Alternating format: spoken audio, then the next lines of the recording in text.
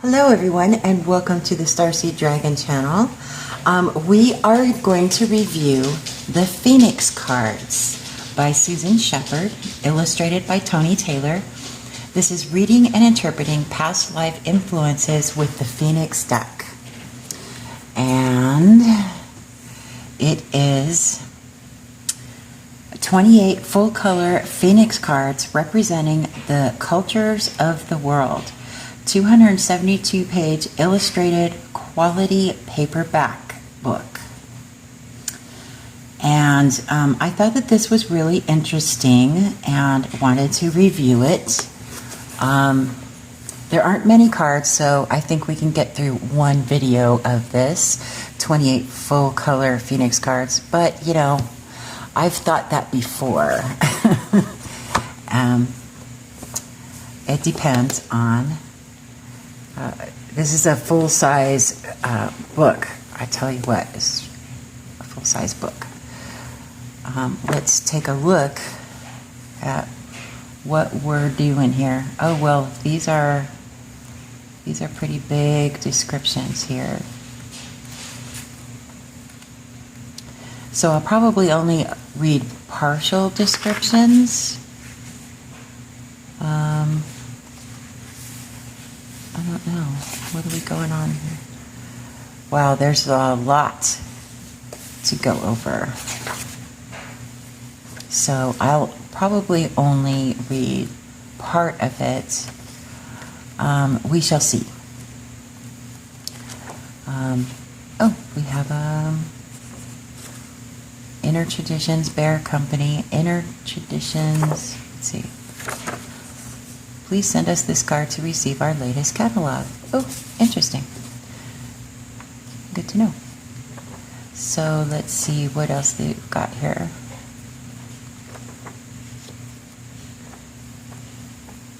Let's see if there's a table of contents here. Going. Introduction. About the Phoenix cards.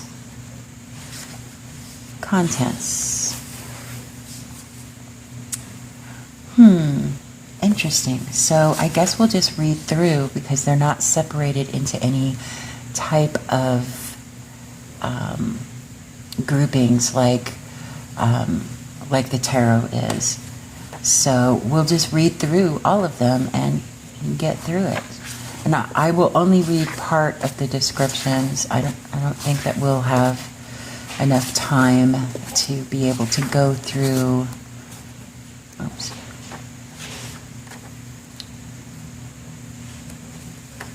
To be able to go through all of this. I don't read very fast, so let's see how we can get through it. What do you say? It's a pretty big book, and again, there's only 28 cards, so let's see how we can get through this. They don't have any gilding. Ooh, they're sturdy cards. They're sturdy cards. Nice. So this is the back. We'll see the front shortly. Let me get my handy dandy tape measure out. Measuring device. Let's see how big these cards are. They are about 5.5 inches by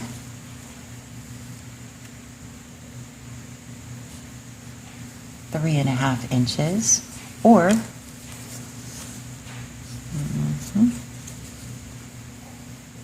looks like a little over 14 centimeters by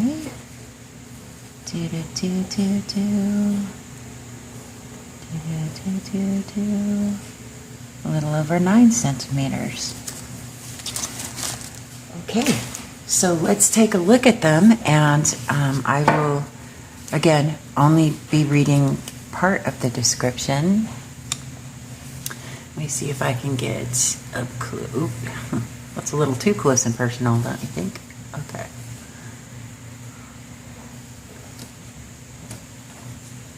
There we go.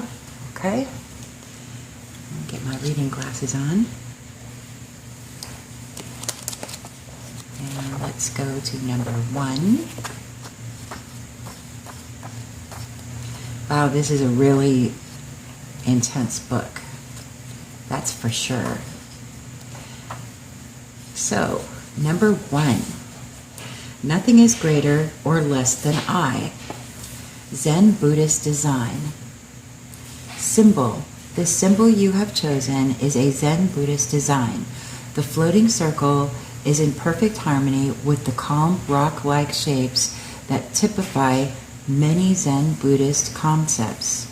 The plain background represents a landscape where we sense that something is about to happen. Yet there is composure and absolute stillness. Each image is dependent on the other, but there is no feeling of attachment, only oneness and an expanse of white space waiting to be filled or fulfilled with illumination and enlightenment.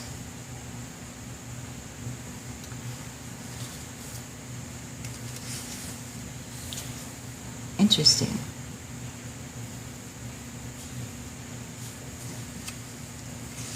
Let's see, I think I will read the conclusion. I'll read the symbol, which I just got done reading on this card, and then I will read the conclusion, and the things in between are, it looks like, is mostly history and mythology and different concepts. Okay, so I will read the symbol section and the conclusion. So the conclusion for this card is, if you have chosen the Zen Buddhist design, you are among the wisest individuals living on this planet.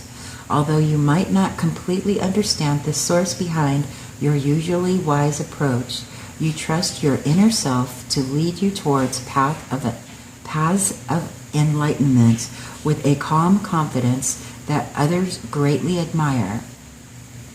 At times, you may find the world confusing. It seems chaotic in comparison to your harmonious nature, and you may feel that you must draw into yourself for several days in order to just rejuvenate. It is likely you shun large crowds since you experience yourself as fragmented and scattered in groups. You tend to absorb the forces of others, both positive and negative. With adequate spiritual protection, you could make a fine channel or psychic because you are so receptive. Without that protection, there is a danger that you may become confused or depressed. Your personality is like a clear pond that mirrors all the influences that ripple around you. As a threatening storm moves close, the waters become unstable. Under peaceful moonlight or steady sun, you can remain calm and secure. In the psychological terms, you are the perfect example of an introvert, yet you are a driven person in the respect that you wish to discover the true or inner nature of all things. It is likely that you have an interest in astrology, philosophy, or psychology, as you are eager to find out what makes you and others tick. As with most students of Zen, you have a fascination with the self. You don't mind pondering ideas and questions that others find tedious and boring. It seems that as soon as you come up with one answer, you need to probe to a deeper level in order to seek out a new and more challenging question. From your perspective, each doorway opened only leads to another. Your mind is constantly shifting and evolving like beautiful rocks submerged in a mountain stream. It is not that you are an egotistical or selfish person. On the contrary, you are gifted with an extremely generous and selfless character. You do understand, however, that in order to comprehend the great mysteries of this world, you must first start by understanding yourself. If you have one fault, it is that you can be too inactive and passive. This may lead to stagnation. You will not push for change when change is needed. At your worst, you are a procrastinator. It is important to remember that in order for positive things to happen in your life, you must first realize what your dream is and propel it into action. Only when that action takes place can your true self emerge with all the beauty and harmony that you wish to bring to this world. Interesting. Number 2. Prairie Plains Medicine Wheel. Symbol. You have chosen the symbol representing the Prairie Plains American Indian tradition, sometimes called medicine wheels or vision quest shields. Such magical pieces usually consist of tanned buffalo, bear, or antelope hides stretched on circular wooden hoops, painted with sacred and mysterious symbols. Medicine wheels are regarded by Plains Indians as mirrors of the universe, incorporating the 6 directions: east, west, north, south, above, and below, and the personal vision of the owner. The circle implies the continuity of the life force. Each wheel is painted or embroidered in unique symbols and patterns that appear to the owner or creator while on a spare me a moment to figure out this word, handblesia, loosely translated as crying for a vision, in which participants commune with divine forces in nature, animal totems, and spirit guides. This particular shield is painted with thunderbirds to represent the creative tension in nature expressed as the power of thunder. Conclusion. If you have chosen the Prairie Plains Medicine Wheel, you are a loner with unorthodox ideas of your own. You are your own person and may choose to live alone, surrounded by nature. If you live in a family situation, you need to have your own secret hiding place, which may be on the top of a hill, beside a stream or creek, or someplace off in the woods where you can be by yourself. You may find the energies of others distracting, and if you are a creative person, classroom situations may not appeal to you. You prefer to create within your own self-imposed fortress. You do not follow the crowd just for the sake of belonging. Instead, you find your own personal way and choose a unique mode of expression. You prefer loose-fitting and comfortable clothes. Although you love to adorn yourself with unusual and colorful items, you always somehow manage to appear neat and well put together. When you meet someone new, you may immediately feel shy and tend to avert your eyes while talking. Eye contact may make you feel as if the other person were snatching a part of your very soul. This gives people the wrong impression. They may think that you are secretive, shifty, or hiding something, yet you are sensitive enough to blend with another person's very essence. When you finally surrender and look into another's eyes, it means that you are quite serious. You are fascinated with circles and the continuance of all life. Religion may intrigue you, but you are rarely dogmatic. Rigid ideas irritate you, for you believe that each person must find his or her own way. You realize that all paths lead toward the same end if followed with intuition, selflessness, and a respect for all living things. Often you may pull back into yourself just to focus your energies in one clear direction. Sometimes others may see this as brooding or even think you are angry. These are the times when you are thinking on a deeper level and need to free yourself from all distractions. Your spouse or mate may even complain that you are unreachable or painfully moody. You are not a person to stay on an even keel.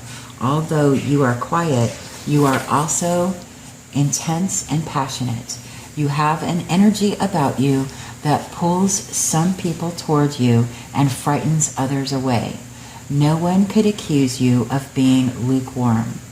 A hopeless romantic, you are forever searching for your soulmate, a sense of otherness, in a quest or spiritual as well as physical completion. You honor nature and can sense a You honor nature and can sense a special magic in all things. You have a natural affinity for animals and are innately curious. You fear very few things. If you have one fear, it is spiritual in nature, because you know that very little on earth can harm you if you approach all things with directness, harmony, and assurance. You respect the idea of higher spirits and the concept of a supreme being. For this reason, you are humble, recognizing that you are only one spirit channel from an even higher and greater source. Interesting.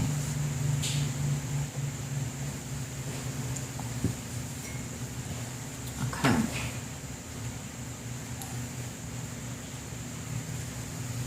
Expressions of the individual. Nice. Okay, next card. You can do it. Okay. Number 3, Prehistoric Sorcerer. Let's see, it says, Love of Primal Darkness. Symbol.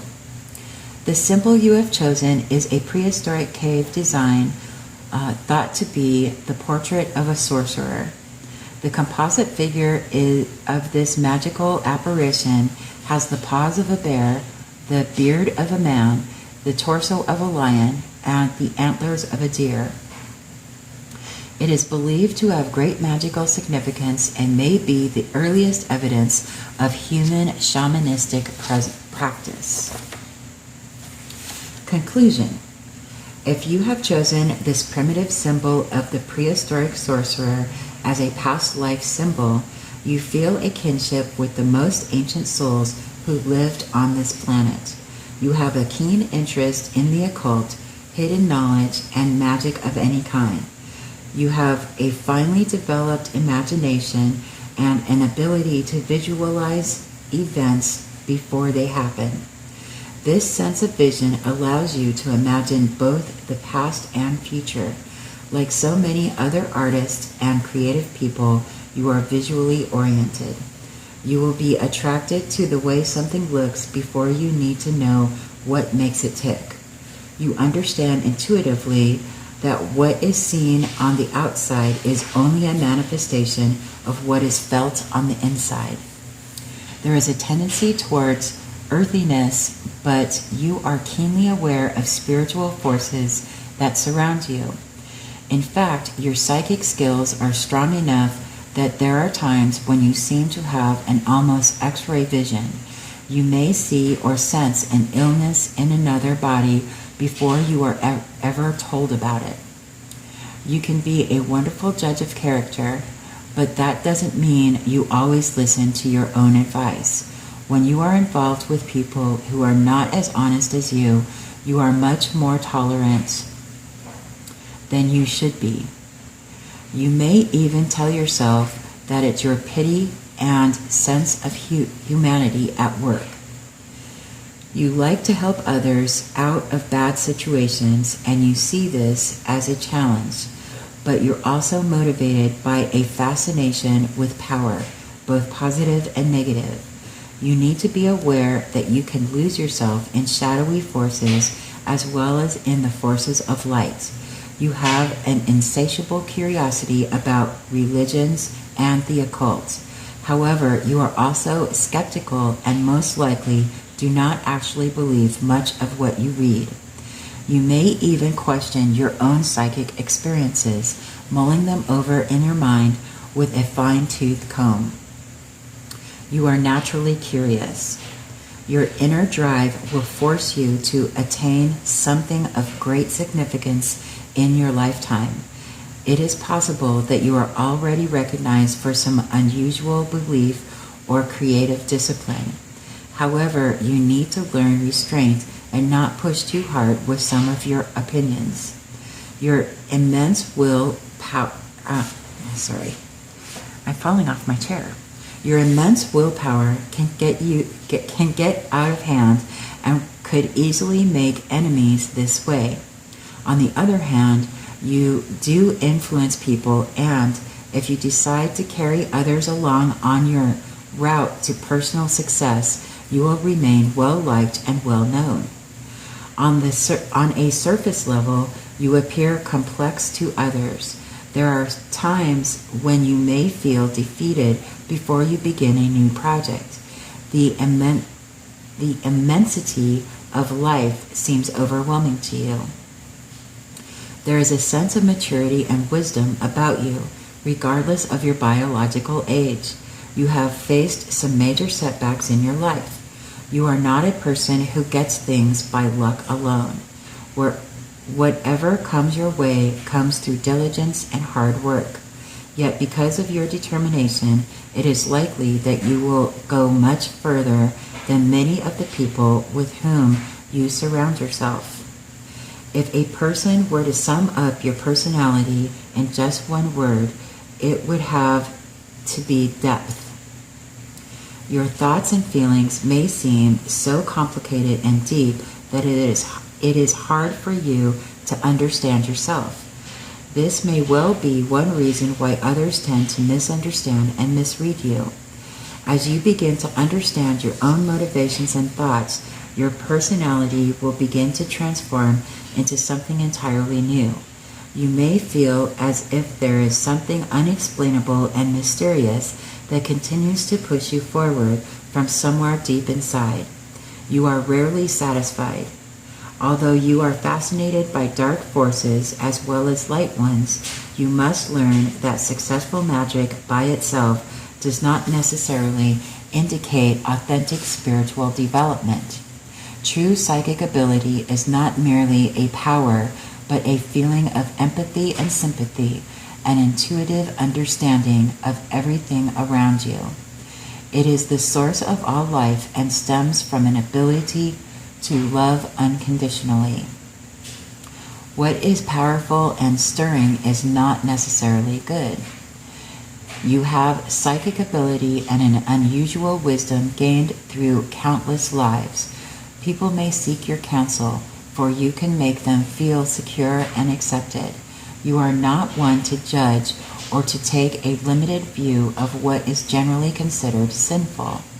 You accept others no matter who they are, as long as you like them, especially if you feel you can learn from them. You have a mind that constantly soaks up knowledge, and you feel a great affinity for many different periods of time. Beautiful. This is very interesting so far, and we're only on our third card. Okay, next card. You can do it. Next card. Don't give me a hard time, mister. There you go. Okay. Now I messed up the deck. All right. Okay. Number 4. Mayan Jaguar Priest. Seeker of the abstract. Interesting. One moment, please. I'm falling off my chair. Okay. Symbol. The symbol you have chosen depicts a stone relief sculpture carved by the Mayan Indians of Mexico and Guatemala. This particular piece is believed to be of a Mayan priest dressed in rich garments, with intricate headdress, seated in the mouth of a dragon. The skull necklace around the priest's neck is that of a jaguar, which infers that he is a jaguar priest, capable of shapeshifting. The ability to change into other creatures or objects is a common theme among Mesoamerican Indians. It is interesting to note the contrasts found in Mayan art. The lines flow into each other, but key images are blocked into place. This indicates the Mayans' sense of a linear yet flowing universe. Interesting. Very, very interesting. Okay, let's get to the conclusion. Conclusion. If you have chosen the Meyer Jaguar priest, you have an intellect capable of making incredible leaps. You may think in a purely abstract or theoretical way. For this reason, you may have trouble sharing your ideas with others. You are quiet and discreet, but there is a strangeness about you that others can feel. If you are interested in astrology as the ancient Mayan Indians were, you might compare your far-reaching nature to the planet Uranus. To you, every thought is a concept or secret formula that can be worked out only through relentless analytical thinking. What sometimes looks like pure intuition on your part is actually the result of many years of mental work, mulling over problems on a subconscious level. You yearn to know the deeper truth of everything. Though your mind is brilliant, your thoughts are often erratic. You may be attracted to mathematics and other scientific subjects, for you love to probe and solve problems. If not, you are certainly drawn to the secret or hidden nature of all things. You prefer variety in your life and can grasp complicated ideas quickly, much to the amazement of others. If there is something you cannot figure out, it will drive you crazy until you can finally see some kind of inner workings or the larger concept involved. A secret makes you feel as if there is a great trapped and buzzing inside your ear. Oh, as if there is a gnat. Sorry, misread that. A secret makes you feel as if there is a gnat trapped and buzzing inside your ear. You cannot feel a peace with yourself until the secret is free and out in the open for you to inspect. This kind of vision, which is so typical of you, is more internal than external. Your special sight is like the swell of colors and images that bloom beneath the lids when sleepy eyes close. It is the sight of a higher consciousness that propels you deeper, not only through the sight of careful observance, but also the vision of emotion and intuition. You have a special feeling for the nature of the world and the planets. Your desire to learn the mysteries leads you willingly into levels barely touched upon by others. You can predict trends with great accuracy, and this has given you a reputation for mystical gifts. However, you can be very shy about sharing your ideas. You feel best working alone. You are not exactly wild, but neither are you tame. You may feel bored much of the time. This makes you feel as if you want to embark on a journey, start a new project, or change scenes. It's important for you to seek out the places where knowledge is sought, taught, transferred, and transformed. Your thoughts may be more complex than most, but at least in a stimulating environment, you will be interacting with people who are more or less in harmony with your nature. Even if you don't go to school or aren't interested in teaching, you can still take advantage of opportunities to learn new things. It's important that you have the stimulation of mental challenges. Learning is one thing that excites you and can lift your mood. There is one problem with this card choice. It is difficult for you to remain interested in only one thing. Your mind tends to drift. Sometimes so do your sentences. When you talk, your brain is working on many different levels, and you may ask a question and answer it in the same breath. This is the way your intuitive mind works. It is much like a private floating world that surrounds you at all times. Your personality is like the absent-minded professor. The spaciousness is just the fragmented way your mind assimilates knowledge, grasping and feeling its way toward a true revelation. Eventually, the entire concept will emerge with startling clarity. You share the probing insight of the Mayan Indians of Mexico, and this is a very good time for you to live and benefit humanity with your advanced and unusual knowledge. Nice. Very interesting deck. What do you think? Let's go on to number 5. Let me just take a drink of my coffee.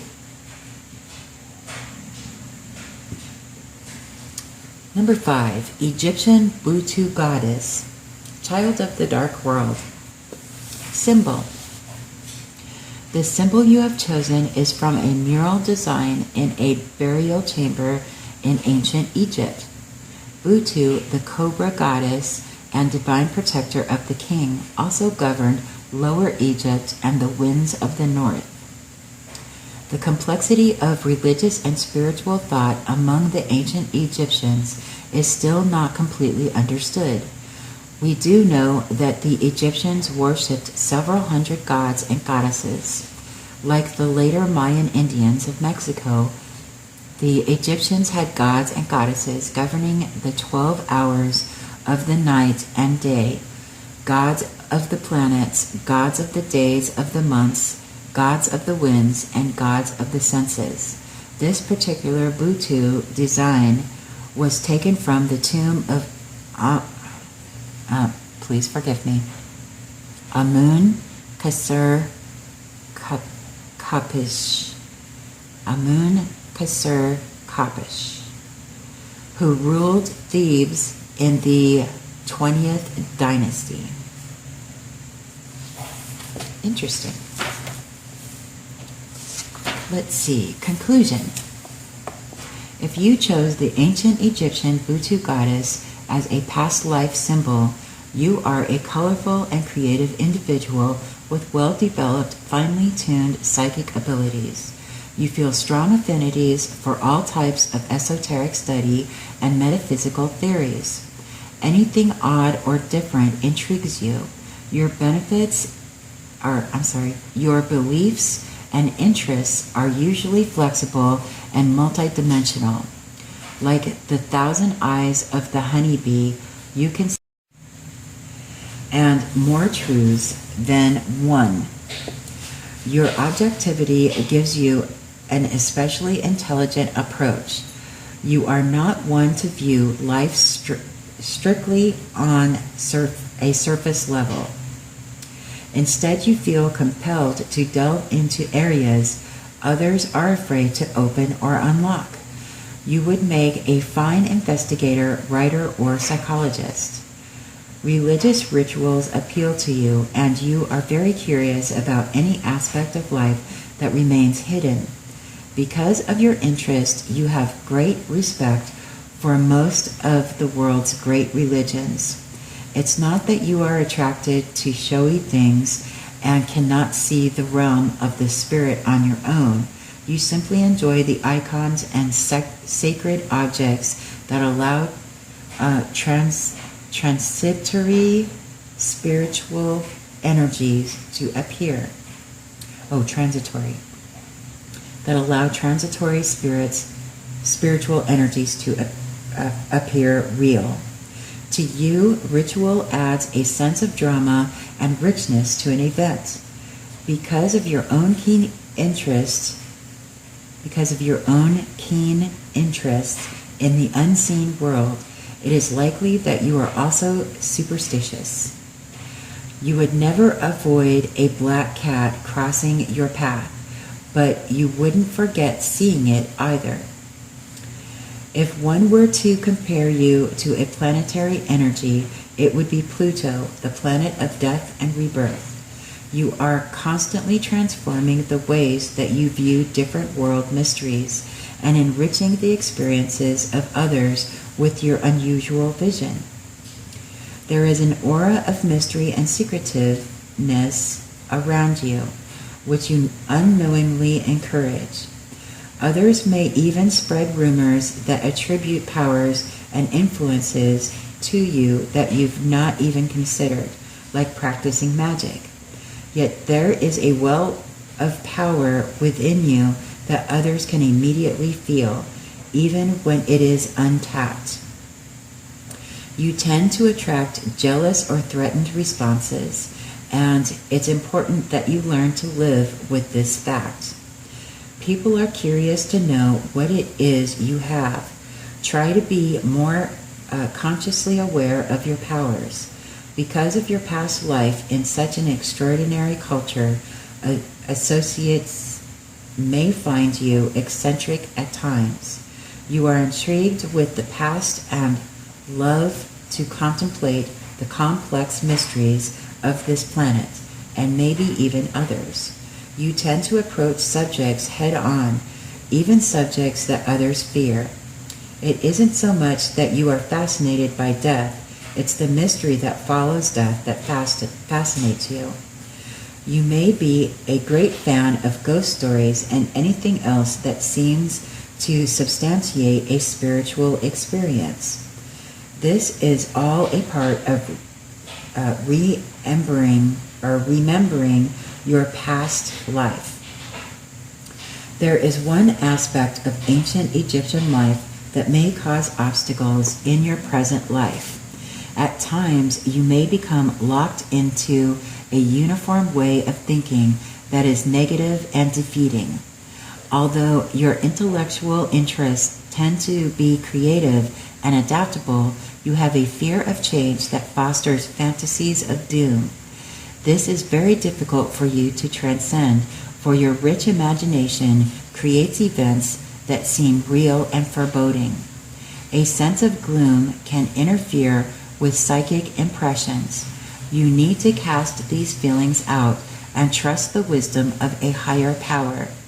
Although tragedies happen to each and every one of us, they are infrequent. Fear is wasted effort. It does not change anything. On the positive side, your life is rich in all levels of experience. Although you are magnetic and a natural innovator, you may find yourself with only one or two close friends. Your energy attracts some and alienates others. You are not an easy person to get to know. Very few will be invited to join your inner circle. You can appear quite beyond ordinary understanding to many people. You may need to lighten up a bit. Most people do not approach life with the intensity you do. If you can learn to connect with your peers, you may find that others aren't as distant or ordinary as you think. Interesting. Next card.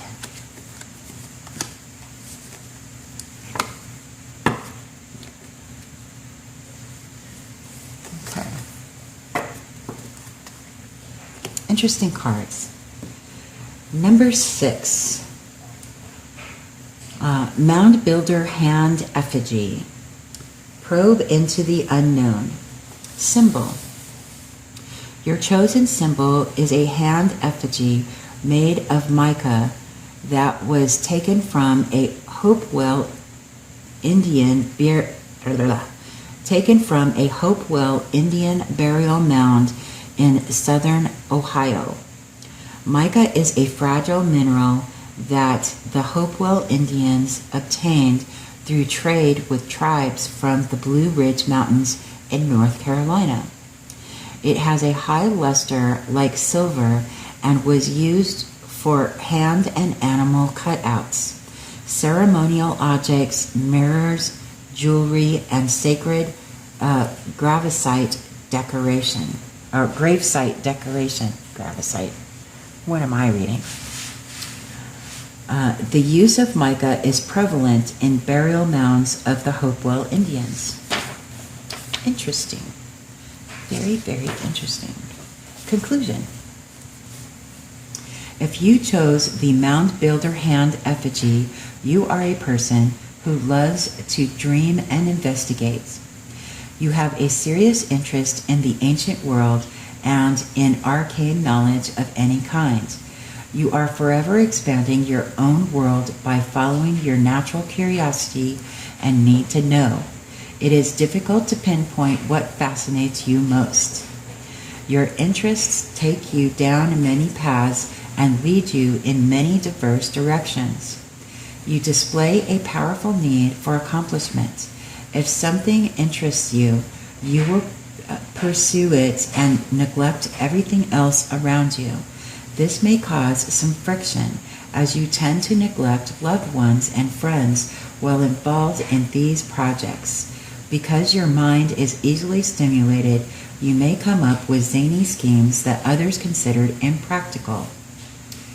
You are more concerned with the lure of the future and the romance of the past than with focusing on the here and now. Although you pride yourself on being an individual, you work much better in group situations.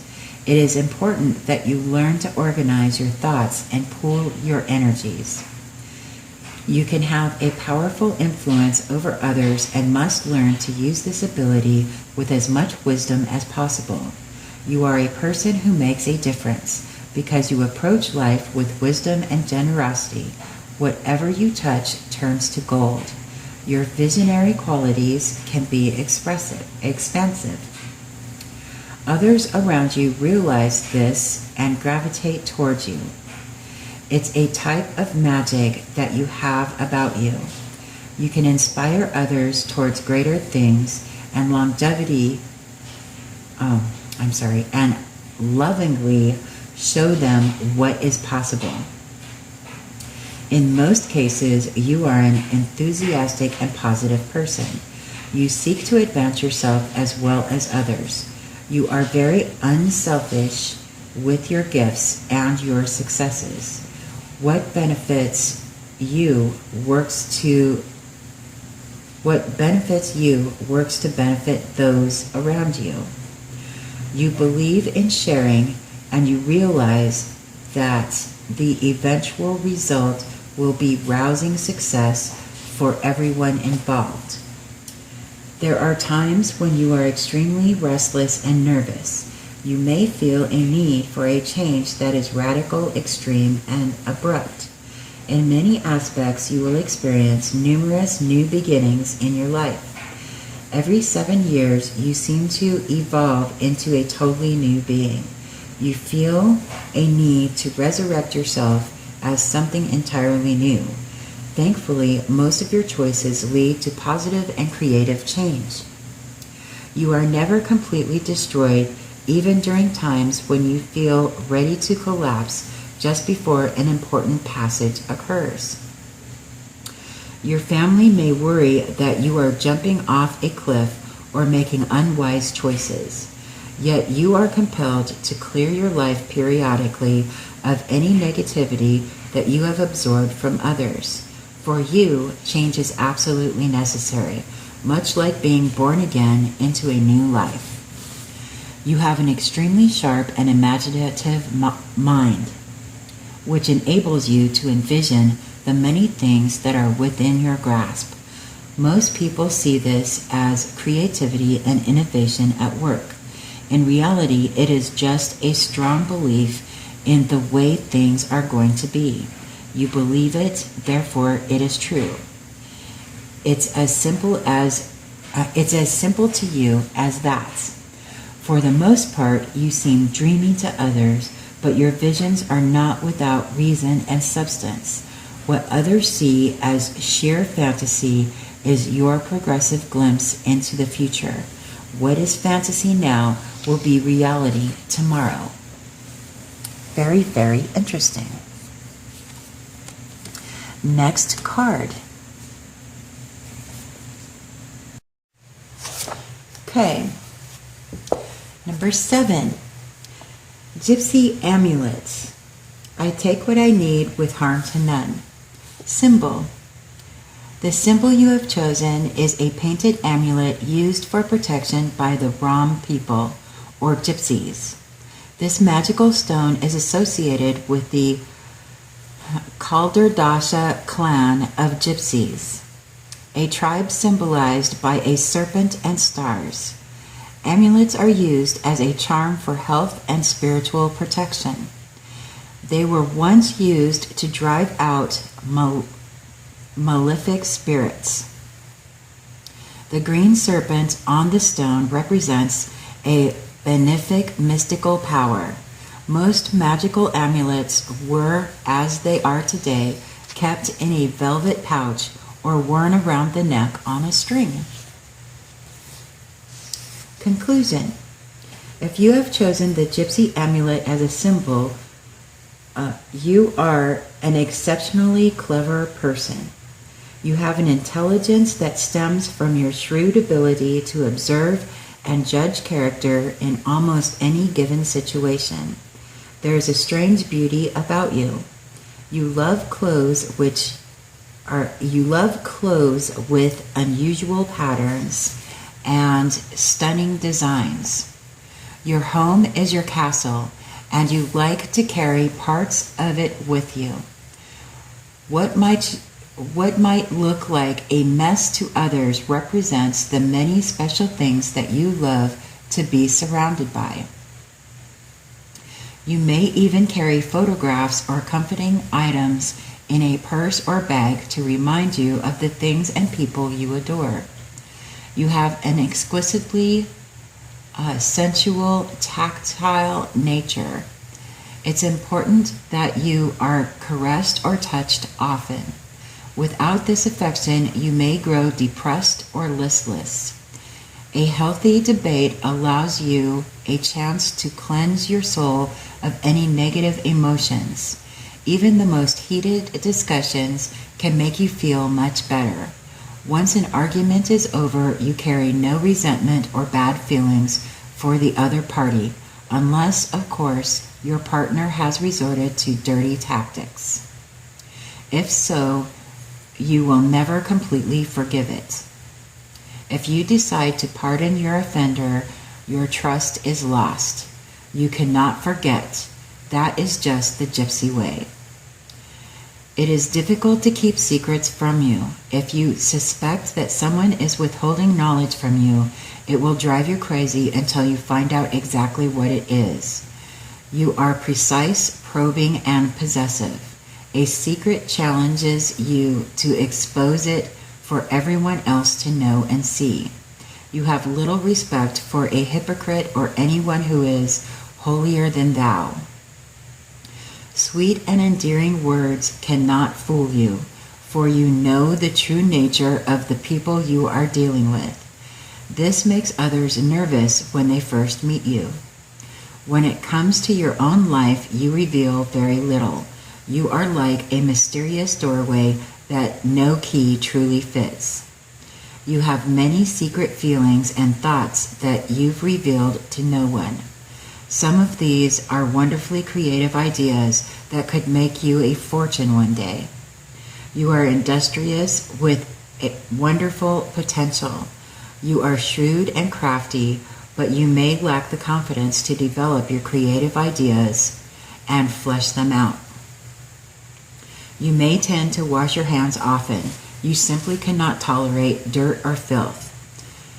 This cleanliness reflects an old Gypsy belief that body pollutions can affect your spiritual nature or attract negative entities. You are not a neatness fanatic. On the contrary, you probably aren't the world's finest housekeeper. Your home may be cluttered, but you tend to wash more often than most people, especially before you meditate or attempt any type of divination. You would make a very fine occultist if you developed your inborn psychic powers.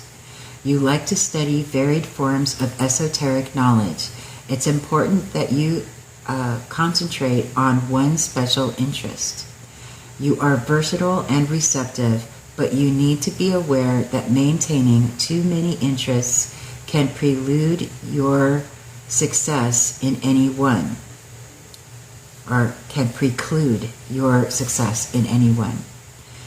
Your life among the gypsies gives you special insights and makes you something of an enigma. Reveal a few of your special secrets, especially to the people you want to grow closer to. Rest assured, it won't hurt a bit. Interesting. Next card. Number 8. Persian bracelets. Surrender to the spirit of love.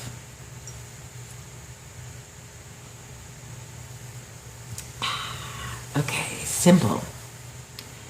Your choice of symbol is an example of the lavish gold work of an ancient Persians.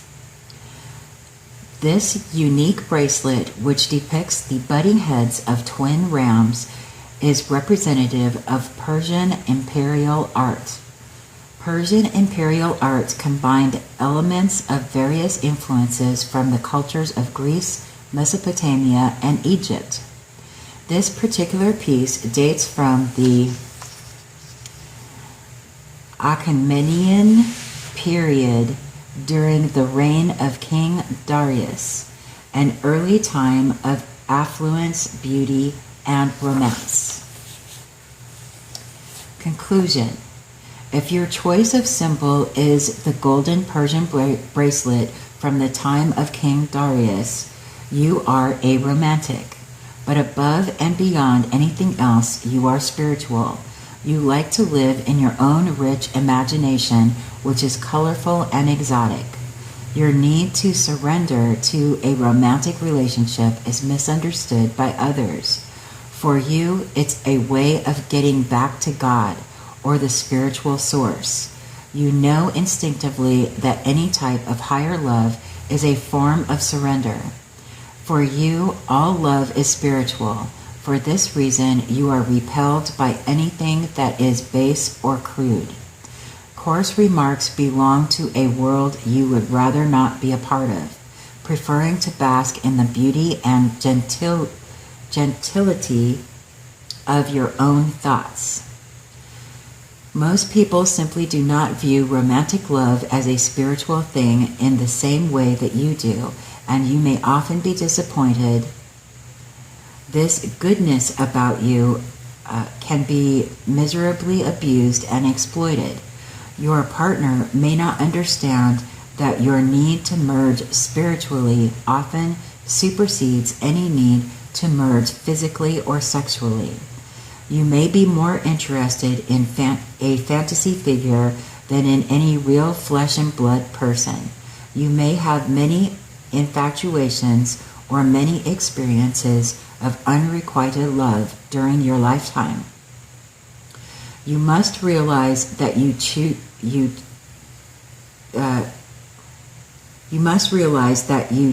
choose this emphasis on unrequited love. Deep inside, you know that the prince or princess you idolize and desire exists only in your imagination. It might help you to understand your infatuations by reading the works of psychologist Carl Jung and studying his concept of the anima and animus. You may be looking for your idealized self in another person instead of recognizing the God force that lives in each and every one of us. People see you as a cultured, refined person. There is a beauty about you that is delicate and exquisite, and you make your life a work of art. You have a keen interest in literature, especially poetry and all things mystical that pertain to the life of the spirit. You absorb much of your knowledge through feeling. You feel, therefore you know. You are a highly intuitive person. Classical music, gentle ballads, and exotic melodies with the shimmering and overlapping sounds of Middle Eastern music all appeal to you. You are most likely a fine dancer, for you understand how to move your body intuitively. You feel soothed by music and may pursue it as a career one day. However, not all of your moods are light or pleasant. You like to feel sad at times, to search out all aspects of your soul, even when it makes you feel miserable, as if it were better than feeling nothing at all. It is likely that you are an artistic person and dressed accordingly. You can also express yourself wonderfully through the written word. You have insights and feelings that are unusual but may be unclear, nebulous, or vague. If you enjoy expressing your ideas in writing, this poses a problem for you. It may be difficult for you to articulate the many changing feelings that you have. You are most sensitive to spiritual rhythms that are hard to define. For this reason, you may choose poetry as a way to communicate your feelings. You admire bright colors and fine fabrics, beautiful jewels, and anything that shows superb craftsmanship. You may be especially fond of scarves, shawls, and miniature objects that seem precious and endearing. It is not that you are a materialistic person, but you do associate beauty with love. You are sensitive to visual and tactile sensations and like to touch and be touched. You are a lover of beauty, and anything highly aesthetic gives you immense pleasure. You tend to get lost in it. This artistic sense is an extension of the fantasy world where you subconsciously dip into a more beautiful and sensual time. You realize that your true desire is not to have things, but to be one with the inner spirit in a heavenly landscape that is exquisitely beautiful to know and touch. To most of us, heaven is a fleeting land of shifting impressions. To those who choose the Persian bracelet as a past life symbol, it's not that far away. Interesting. Next card. You can do it. Okay.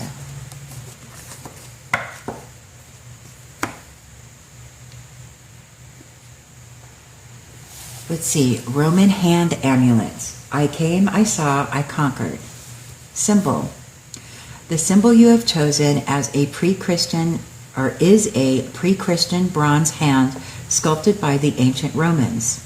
This hand-shaped amulet was used to ward off the evil eye and also served as an altarpiece. Since the acorn on the thumb is associated with rebirth, the amulet is thought to represent the budding transformative powers of nature. Interesting. Conclusion. If you chose the Roman hand amulet as a past life symbol, you are a person who can make a difference. Unlike dreamer types, you enjoy hard work. You understand that perseverance is a must if you are ever to attain your goals. For you, any sacrifice needed to achieve something is well worth it. Your highest goal is to self-actualize and claim a position of importance for yourself in this world. You feel that self-development is most important since in order to change the world, you must first be a more complete person in your own right. You are a natural leader and may tend to dominate others with your communication skills. In short, you are a force to be reckoned with. As a person, you consider yourself to be very reasonable. You may even believe that if others showed the same kind of reason you do, Many of their energies would not be misdirected by their impulsive, self-destructive, or unreasonable choices. As you see it, their suffering might be greatly alleviated. Your subconscious impulses may be very close to the surface. You rarely succumb to dark or hidden motivations. Before entering a situation, you will analyze and weigh each argument to exhaustion before making a final decision. Because your analysis is so thorough, you are usually correct and seldom regret your choices. If you are a young person, you probably enjoy the kind of music that proves irritating to the ears of your parents. If you are an adult, then you may deliberately take an opposing viewpoint to stir a debate. Both traits are a way of asserting dominance or power. It's something like betting or testing your will against another. You like a challenge. Like the ancient Romans, you tend to be superstitious in spite of your logical, evolved self. You very much believe in shaping your own destiny, but you are aware that certain spiritual forces can and will intervene. You treat these forces with awe and respect, even though you may be skeptical about them. You don't want to make wrong choices that you will regret later. It's just logical for you to consider all the possibilities, even when they feel strange or foreign to you. To you, anything is possible, even if at first you cannot accept the idea, theory, or concept. If you feel insecure or fragmented, you can become opinionated. You may look for a conflict where conflict doesn't exist. What you see as a healthy debate or a balancing of forces, others see as a rude, insensitive argument. Your courage is one of your most admirable attributes. However, until you can allow others to have their own opinions, you may have difficulty keeping friends. You are honest and say what you think. This is not done to hurt anyone, but to reveal reasonable truths that seem obvious to you. You need to remember that many people prefer to live in their dreams, even dark, deluded, or self-destructive ones. It's hard for you to sit back and watch another person make a bad decision without commenting on the mistake. This may not make you popular, but it will certainly gain you a reputation for truthfulness. On the positive side, you have a pronounced aesthetic sense. You are probably attracted to art and reading, preferring objects or stories with a tangible structure rather than any translucent, otherworldly fantasy. You enjoy seeing the moral, concept, or lesson involved in a story. You would rather not waste your time on something you can't learn from. Activities without a challenge just don't interest you. This is fortunate since it leads you away from self-destructive or escapist activities. Your past life among the Romans has given you an enthusiastic approach to all levels of learning and experience. You readily accept the challenge of making this planet a better and more stimulating place for humankind to exist. As you look out on the horizon of the future, you feel secure in the knowledge that your goals will be met and realized. In the best sense of the phrase, you can tell yourself, I came, I saw, I conquered. Interesting. Number 10. Okay.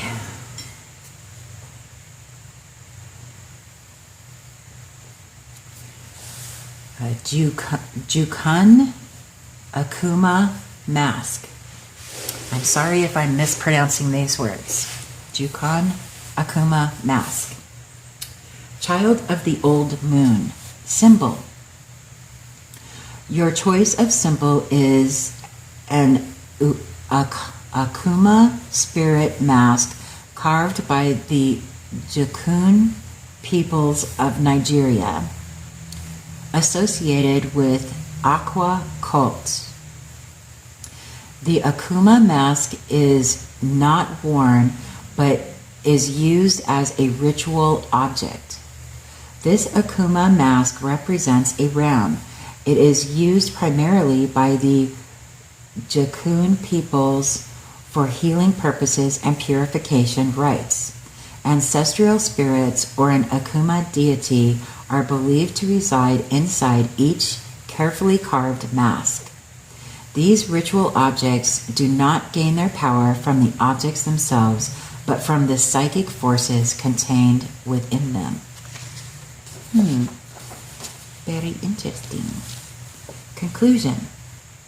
If you have chosen the Jaguar Akuma mask for your past life symbol, you are a person who is sensitive to the feelings of others.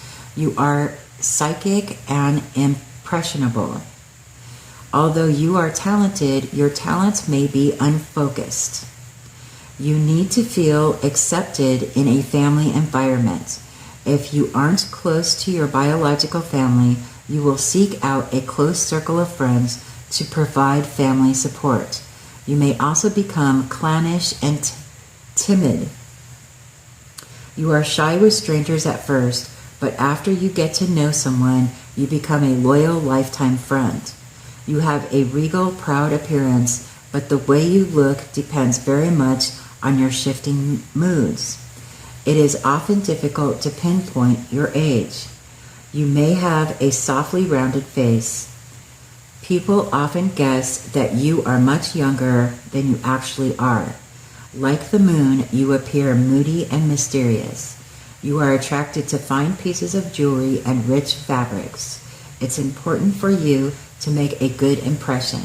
You pay close attention to the clothes you wear, since they are your own individual mode of expression. You may not be as attentive to other aspects of your life. Probably in the area you ignore most is your talent. You are self-sacrificing, pushing your abilities aside while trying to help others find their own way. You are good at encouraging the talents of others because you are an especially caring individual. Your own inner resources may be denied or suppressed in doing this. You tend to make things happen, but other people cannot or will not acknowledge it. They may see that something is happening, but they may not realize that your power is the source. You may also deny this in yourself. Learn to take credit for the things you do, and do not allow people to see your talents as their own.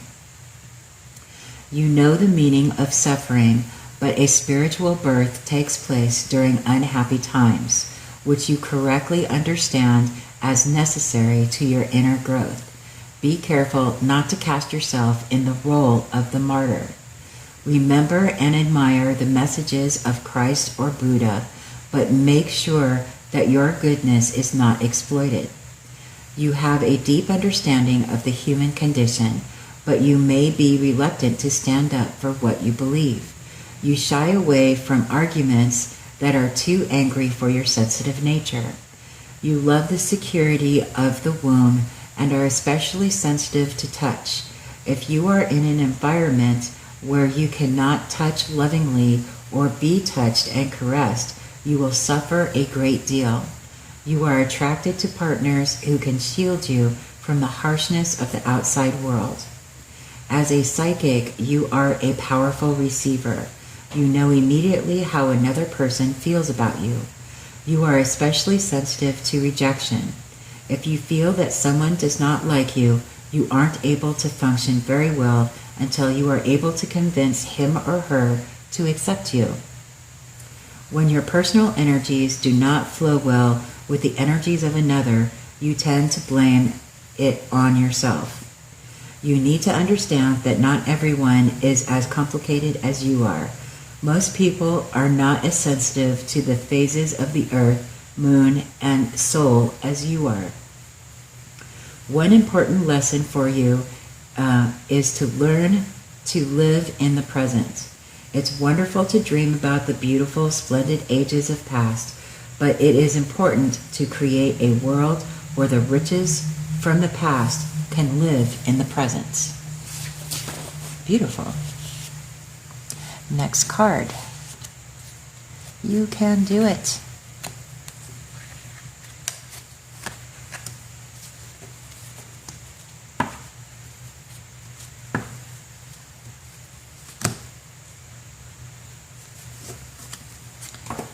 Okay, number 11. Yugoslavian Earth Goddess. The Guise of the Goddess.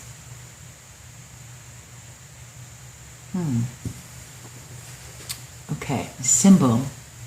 Your choice of symbol is a pre-Christian clay figurine of a Yugoslavian goddess. It is believed that the goddess is sifting grain that symbolizes a fruitful harvest and the transforming power of the earth. Conclusion. If you have chosen the Yugoslavian Earth Goddess as your past life symbol, you have undergone some major changes over the last few years. These changes have most likely taken place in your attitude, personal philosophy, and individual perspective on the world. You may have matured a great deal. You may even have made a major change in your lifestyle or career. You feel especially connected to past tradition and are most comfortable in the company of women. It is very important that your family supports you. You need a stable base before you can truly reach out to the rest of the world. There are times when you feel you are developing too slowly and the world is passing you by. You need to learn that an unhurried approach to life builds a much better foundation for the future. Don't feel bad if it seems as though your friends are getting ahead of you. You will soon catch up. Trust your inner voice, for it is wise. If you are a male and have chosen this card, it indicates that you are coming into touch with your more intuitive, nurturing parts of your personality. You are evolving into a more complete human being and claiming intuitive powers you have long denied. You are now more sensitive to the life forces that swim around you. If you have an interest in developing your psychic abilities, this is the time to do it. The goddess has many identities. You may feel more in tune with Diana or Artemis, the powerful huntress who loves to chase and conquer. She is the lady of the wild things, who has a respect for nature and the elemental forces. She is a bold woman who loves to achieve and the protector of the weak and young. Diana is shrewd, wise, and precise. It is impossible to subvert her or take advantage of her. She is the strong goddess aware of the full measure of her powers. Perhaps you are more like Venus or Aphrodite. You may feel within you the gentle movement of love and beauty. Your feminine power is soft, compelling, and irresistible. Your image is stunning enough to steal the wits from the wise. Like Venus, you are the goddess of water and feeling. You gain an ethereal knowledge through osmosis and intuition, but you have your own type of strength. The winds flee before her, flowers blossom on the landscape under her eye, the myrtle is her tree, and the dove is her bird. No matter which goddess you feel an affinity with, you are a born sensualist. There is a complexity in your choices, and you often change the course of your actions. Sometimes it is difficult for you to decide whether to be assertive or cooperative. You have a soft quality about you, but there is a core of strength that you can easily tap. You may have begun your life as a kindly Aphrodite, helping and assisting others, and have grown into the courageous Artemis. Like her, you are a protector of those who suffer, are abandoned, or are miserably exploited. Both qualities may be summoned forth in times of need. You may even enjoy collecting beautiful stones, abandoned birds' nests, fragrant plants, and other expressions of nature. It is likely that you are a sky watcher with a keen interest in fiery sunsets, the luminous phases of the moon, eclipses, and other planetary configurations. Your attunement with nature may have earned you a reputation for being witchy or strange. From the Old English word witch, meaning to shape or to bend, which simply means that you are wise, resourceful, skilled, and able to adapt to the forces of nature. Just remember, people like you add spice to the dull lives of others who are not as attuned to these hidden expressions of life. Very, very interesting. Okay, next card, number 12. If we can get going here. There we go. Pretty. Number 12, Viking Runestone. Love of victory. Okay, symbol. Your choice of symbol is a runic stone placed as a memorial to a Viking chieftain. The runes etched on the stone are an alphabet of Scandinavian origin. Runes were used by the Norsemen not only to relay ideas, history, and Viking sagas, but for divination as well. Runic monuments to the dead have influenced the modern custom of placing headstones on graves. The Vikings, like many other ancient peoples, believed that stones contained the ghosts and spirits of their ancestors. Conclusion. If you have chosen the Viking runestone as a past life symbol, you feel uncomfortable revealing your deepest emotions to others. For this reason, you may often be misunderstood. You are by no means chilly or cold. You simply choose to remain objective or detached in most emotional situations. When you do decide to express yourself, it is most often by angry or aggressive actions.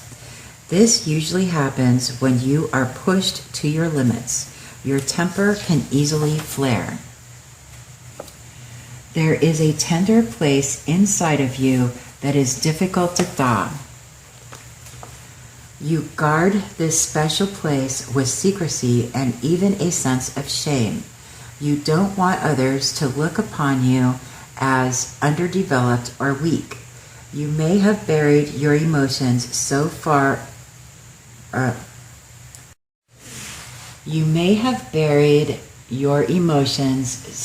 for so long that they now seem out of reach.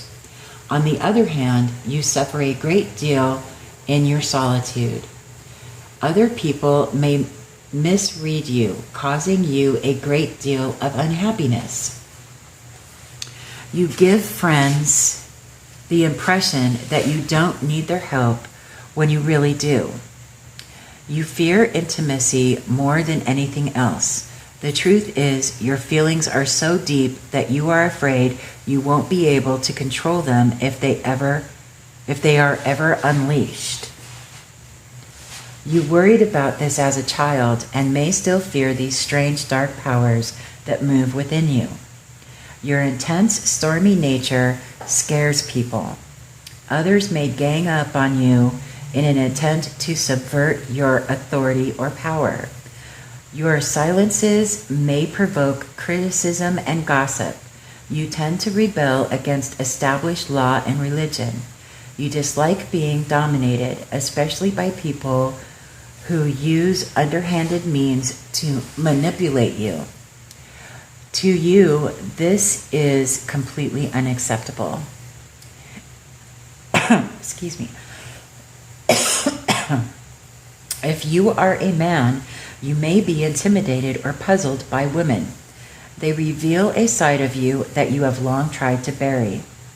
You need to learn to trust women a bit more, for they can reach levels that you are not in touch with on a conscious level. It is important that you experience and understand the strength of gentleness and true emotional bonding. This is a type of surrender that is alien to you, but you must understand that you will never experience true love unless you are willing to surrender a part of yourself to another. To you, life is serious and your thoughts are deep. You can withstand hardship and suffering better than most. It does seem at times as if life has stacked the deck against you.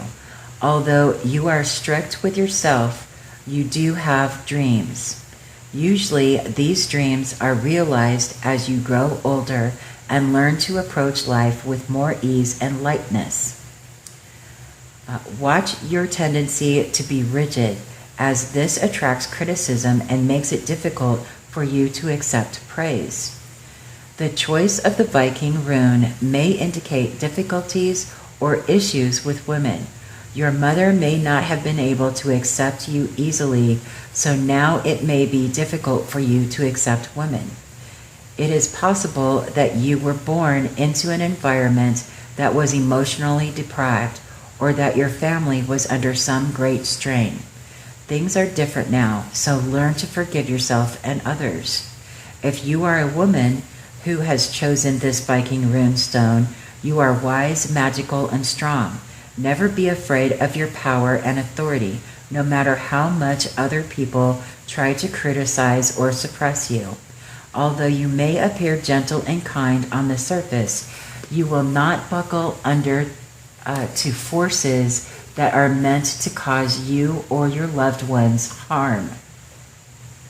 It probably takes difficult times for you to become aware of your power and assert it.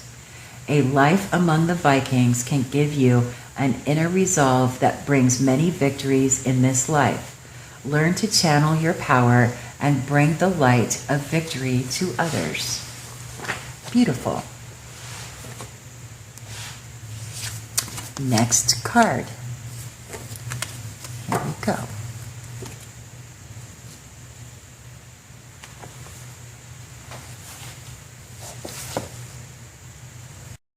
Okay, let's just fix that. Okay. Next card. Number 13, Chinese Bear. Knowledge is perfect, nothing can be added.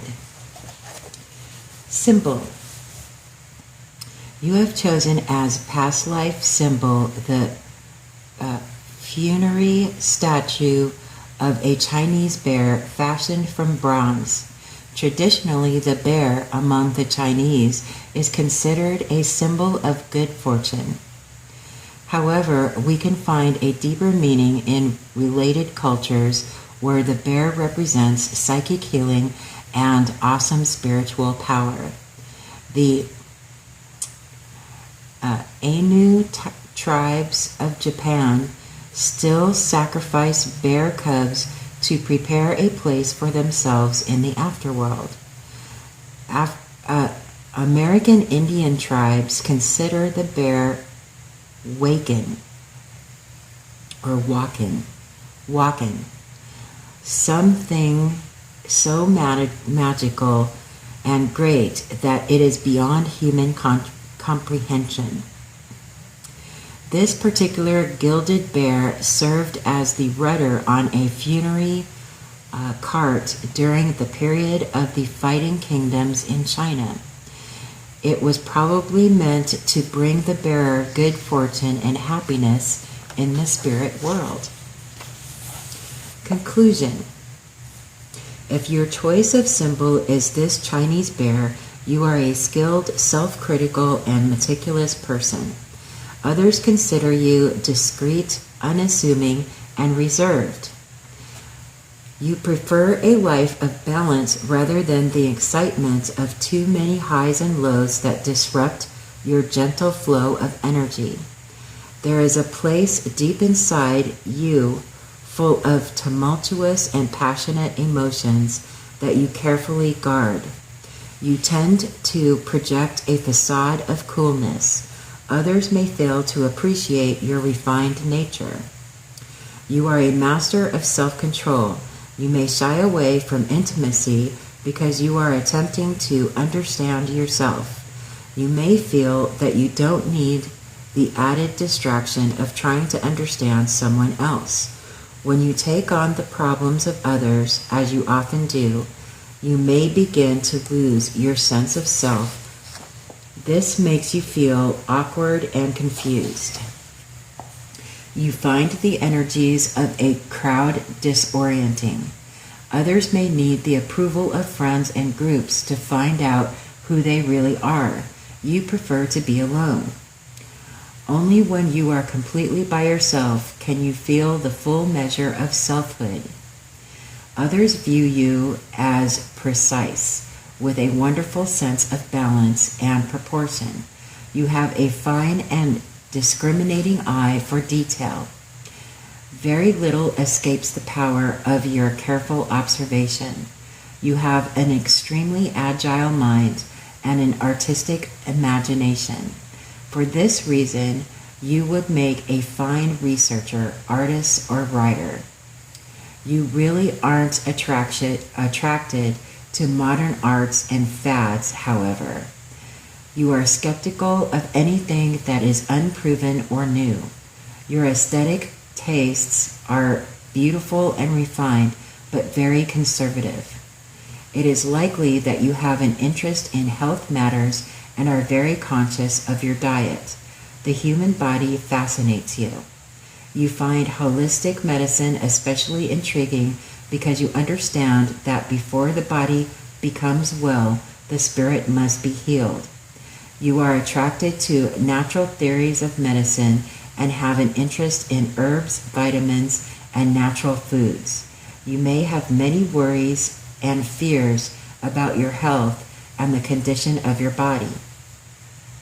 Throughout your life, you have felt you were on the verge of a new discovery or creative idea that is just beyond your grasp.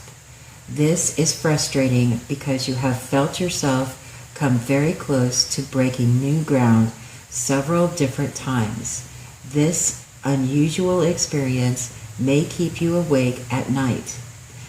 You need to learn to be patient and not expect good things to happen too quickly. Your lost idea will eventually emerge with a greater clarity. Have faith.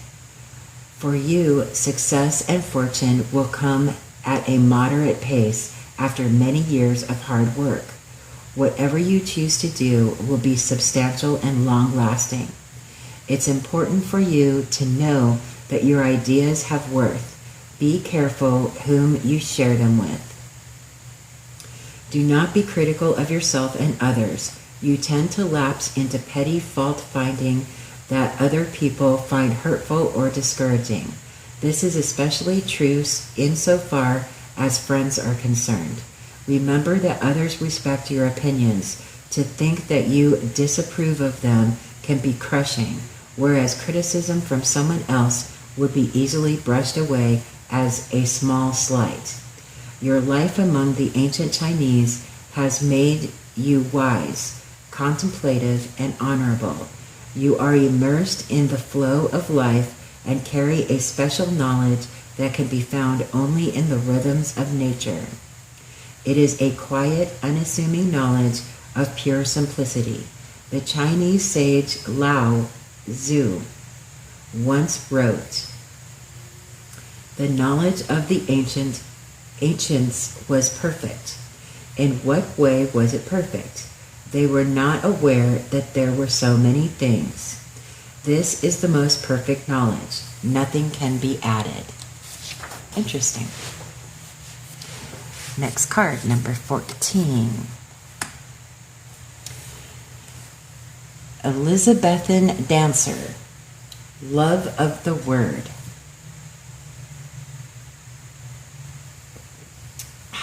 Okay, symbol. Your choice of symbol is an example of Elizabethan costume design by 16th century artist Inigo Jones. The dancer is shown doing an Elizabethan jig, a lively dance set in triple time on the stage of the Globe Theatre, built in 1599. The Globe was partly owned by William Shakespeare, who worked there as both actor and playwright. Excuse me. A famous architect and artist, Inigo Jones, designed costumes and sets for the plays of William Shakespeare and other playwrights during the reign of Queen Elizabeth. At this time, female characters were portrayed by young male actors. It is believed that Shakespeare wrote 38 plays and perhaps a dozen more during the Elizabethan era. Conclusion. If you have chosen the Elizabethan Dancer as a past life symbol, you are a cultured person with an ease of self-expression in acting, teaching, and all forms of communication. You have a love of the written word and are highly articulate. You have unusual language skills which can best be expressed through writing, speaking, reading, or comedy. You may play the clown just to lighten things up a bit. You may have an interest in the occult, and almost anything with hidden meanings or messages will fascinate you. It is likely you possess an unusual or distinctive voice. You may have special gifts in speaking, lecturing, or singing. You don't mind being at the center stage. In fact, you enjoy it. If one were to compare your personality to a planet, it would have to be Venus, the planet of emotional warmth and love. You share this trait with the great Elizabethan playwright and poet William Shakespeare, a Taurus ruled by sensuous Venus. Not surprisingly, you probably have a love for literature, theater, and the fine arts. It is in your nature to be kind to others. You are warm, responsive, and open. You don't like uncomfortable scenes, angry debates, or useless fighting. You would rather just get on with it and have fun. You approach life with a live and let live attitude. You have a tender romantic heart. You may fall in love over any mutual gaze that lasts longer than 5 seconds. Sometimes this is not wise, because you can see the beauty and potential in almost everyone. You may create a vision that may or may not entirely fit the object of your affections. It is the dream of romance that you love so very much, and you tend to chase it as you would chase rainbows or beautiful mirages. This illusory love often ends in bitter disappointment. The fault lies not so much with the other party as with your willingness to gloss over glaring flaws. You very much want to love and be loved passionately. Sometimes you may feel yourself an anachronism. You love the ritual and opulent splendor from ages past. You may even enjoy thinking or fantasizing about royalty and what it might be like to be part of that royalty. For this reason, you are not as cynical about authority as others are. You have a respect for hierarchies and believe that you will rise to the top one day and enjoy a special place too. This may be an unpopular view to hold right now, but it intrigues you to wonder what it might be like to live among the wealthy and powerful. You can be extroverted, body, and even coarse. You like to have a good time and enjoy life to the fullest. Although there is a more subdued part of you that enjoys quiet reading, writing, and penning letters to friends, you often feel a need to be with others to try out some of your new ideas. It's not good for you to be alone too often. This tension creates a great deal of unhappiness for you. When you become depressed, it is because you feel that your life has been deprived of something. It might be a simple, warm caress, rich and sumptuous objects, or just the pleasure of good company. Your life among the Elizabethans allows you to approach life with an ambition, a love of life, and a determined resolve. Your whimsical laughter and warm inner light can bring happiness to the hearts of many who live solitary lives in their own depressed, dark corners. Interesting. Next card. Almost forgot to flip it. Shame on me. Okay. Number 15. Celtic Mirror. Darkness is transformed into light. Okay. Symbol. The symbol you have chosen is taken from the back of a 1st century BC Celtic mirror. Etched and patinated with bronze. On closer inspection of the mirror, the face of an animal seems to emerge from the spiraling circular shapes. Whether or not this was intentional is unknown. Mirrors in ancient times were fashioned from metals by polishing the material to a highly glossy surface. The reflections they made were illusory and dreamlike, a fitting representation for the Celtic cultures of Europe and the British Isles. Conclusion. If you chose the Celtic mirror as a past life symbol, you have tremendous insight into the psychology of others. Your understanding of human nature makes you especially perceptive and a potentially gifted psychic. Although you would gladly invite psychic visions on the grandest scale, your ability tends to be more of an intuitive understanding of the motivations of others.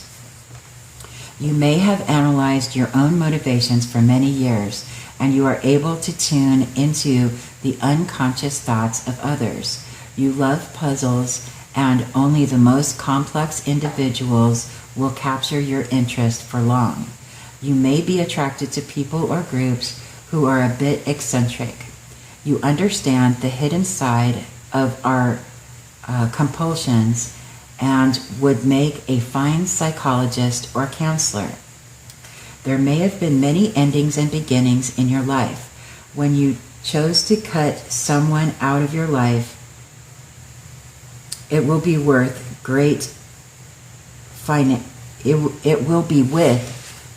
finality. You are able to comprehend you will be able to comprehend the destructive actions or self-serving schemes of others. You may sympathize with these people, but not completely accept them. You understand the negative actions of any kind. Okay, you understand the negative actions of any kind defeat your purpose. In order to survive, you must build a wall of psychic defenses. You are neither a snob nor a fool. Negative people simply have no place in your world. You naturally understand the concept of androgyny and unisexualism, and recognize that you have both masculine and feminine traits. You are sensitive to both of the polarities that live inside you. You may be receptive, but you are not submissive. You may be active, but you are not overly aggressive. It's likely that you have an intense fascination with people who appear to be your exact opposite. If you do, it is because you are attempting to reach and connect with a perfect otherness that lurks inside your psyche. Although you may be mentally oriented, you are attracted by sensuality. You feel the subtle rhythms of life within your own body and are drawn to types who may seem more logical or reasonable. This is not something you lack. It's simply a part of you that you have grown away from over the years. This search for an opposite in your love life creates sexual tension and an excitement that is compelling. You may experiment with poetry and other types of writing with some seriousness. You have a talent for storytelling or speaking in the voices of other characters. No matter how strange or odd a person may seem to you, you have an unusual capacity to understand and accept that strangeness. You find your highest inspiration in the rhythms of nature, resting beside a glittering stream or observing the different shapes of clouds that so peacefully float by. You are attracted to beautiful or unusual stones. Your creative expression is constantly changing, and you enjoy the regenerative aspects of the natural world. You have an unusual interest in death and see it as a puzzling transformation from physical matter into spirit. You are fascinated by death and also the transition before birth. This interest may manifest itself in two different ways. You may feel very nervous over the idea of death or have a mature wisdom about the nature of cycles of life and the passing of the soul into the spirit world. There may have been many changes in your life, some of which seemed out of your control, having little to do with your goals, wishes, or dreams. In time, you will see that these changes came to pass by your own unconscious maneuvers. You may have made some monumental mistakes, acted irresponsibly, or followed some self-defeating impulse, but your higher self was guiding you, making you see that a complete transformation was absolutely necessary. The idea of spirits and ghosts intrigues you. You love to transform yourself into something different or entirely new. These transformations represent an unseen aspect of yourself that you wish to confront or express. For this reason, other people may misunderstand you. They may think your interests are a protection of a dark or evil nature. Nothing could be further from the truth. Your motivations are the result of an innocent, childlike imagination. Bravery confronting the darker aspects of nature gives you a certain power. Anything forbidden challenges you, and dealing with it is a creative way to overcome your fears. You love a good story, whether it be the listening or telling. After you're finished telling or writing down a story, it is usually much richer and more interesting than when it was first told to you. You love to embellish and exaggerate. It's possible that you are attracted to science fiction, fantasy, gothic stories, and supernatural writings. You are no doubt an avid reader, constantly changing your worldview by comparing different philosophies and spiritual ideas. Your life among the ancient Celts has made you a powerful, transformative individual. You realize that in order to bring positive change in our outer world, an idea must first be born within. Very interesting. Okay, here we go, number 16. We're getting there, right? Renaissance Angel. I question while I create.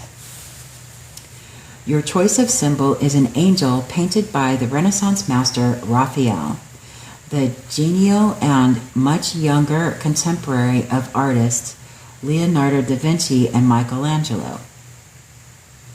Angels were popular mystical subjects for paintings during the Renaissance, successfully merging both pagan and Christian traditions.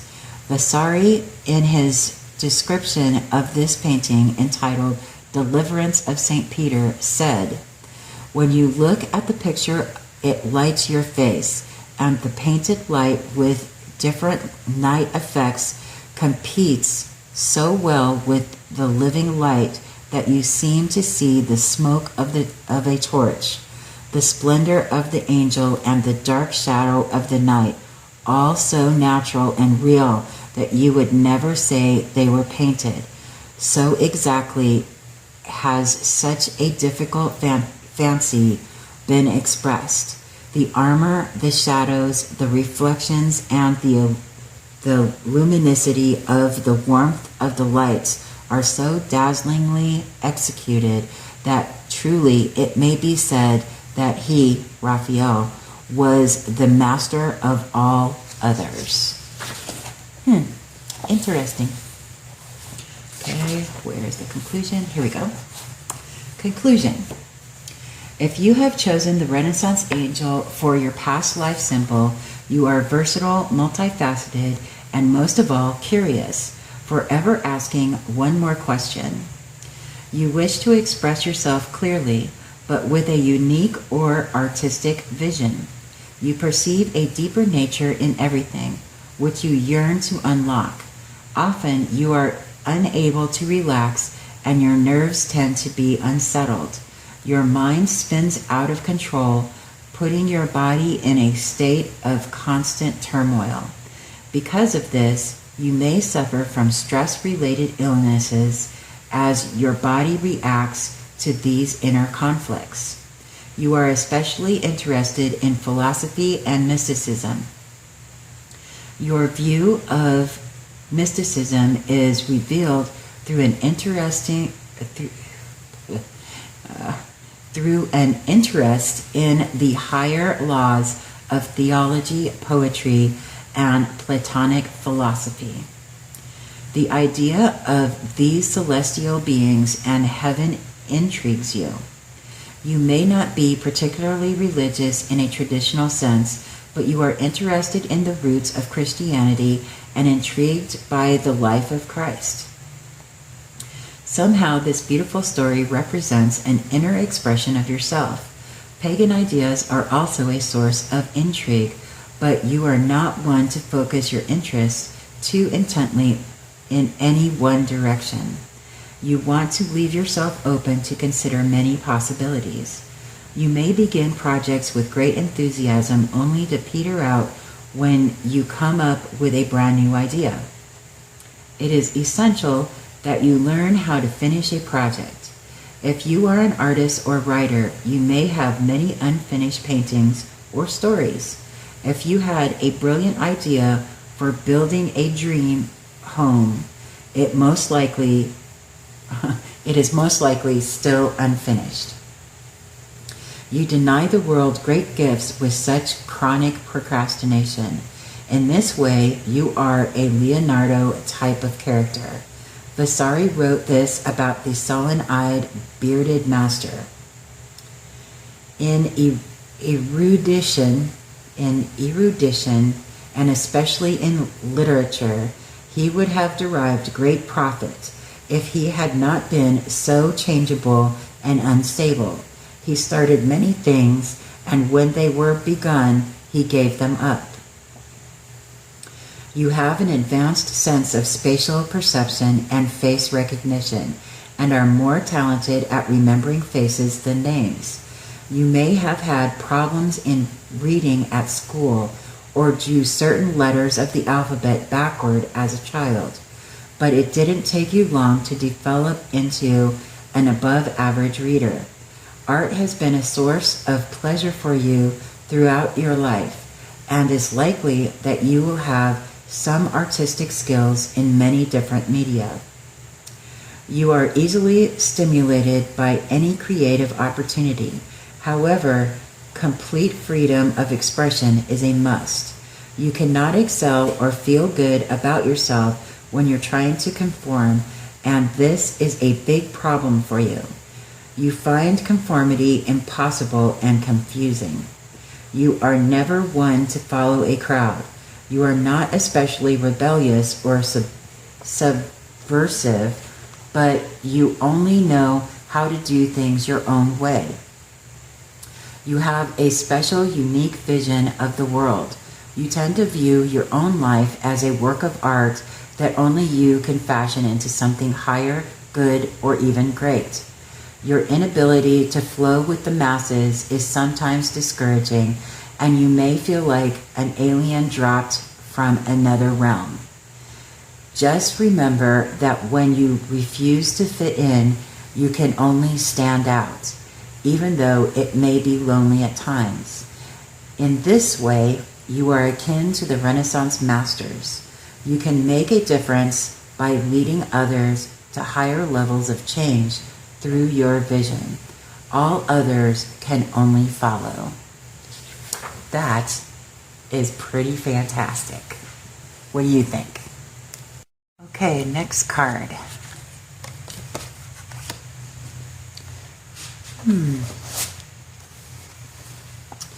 Number 17. Aborigine bark painting. This life is very dreamlike. Symbol. The symbol you have chosen is a bark painting of a hunter and kangaroo from, and I apologize, Oenpelli, Arnhem Land in Australia. This painting was made by the original Aboriginal peoples of the continent and bears little relationship to the art of other nearby regions. Most Aboriginal objects were ceremonial aids used to project the people project the people into a legendary context that was called Dreamtime or Archeringa, the genesis place of all beginnings.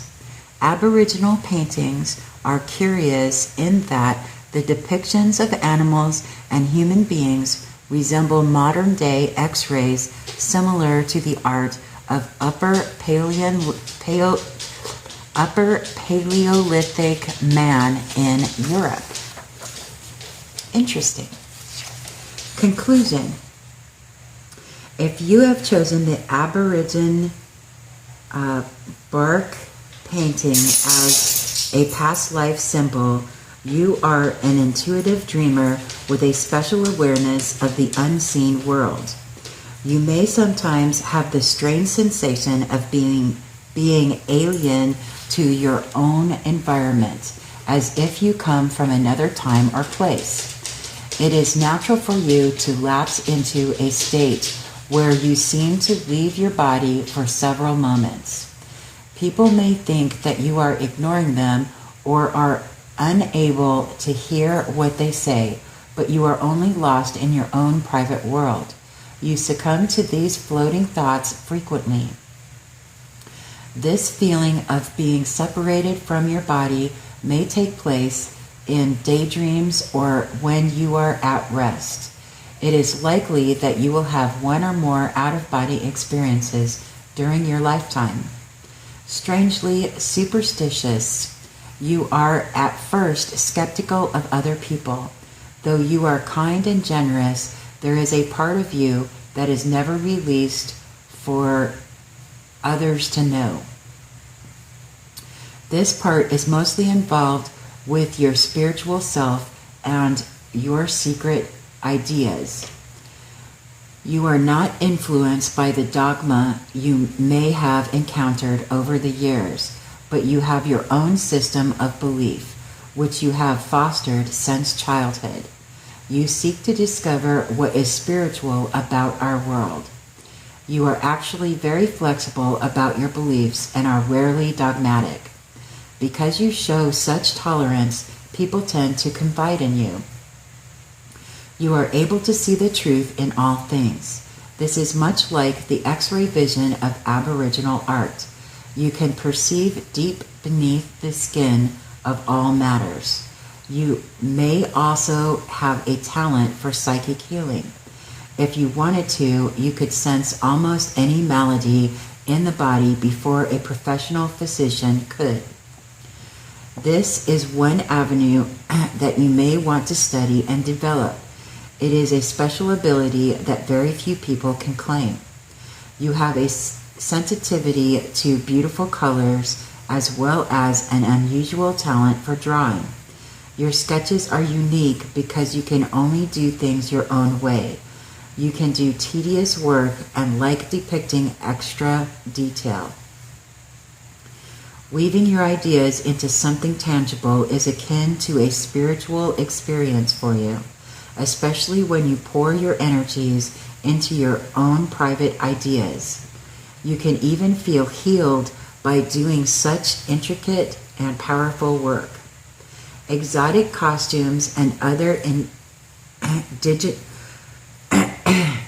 exotic customs and other indigenous cultures intrigue you. You are forever wondering about the roots of mankind or humankind and where it all began, and have a keen interest in anthropology, archaeology, metaphysics, and history. The Aborigines' idea of dreamtime is one of the most complex and beautiful cosmologies in the world. To them, the beginning of all life is a sacred event and worthy of great wonder.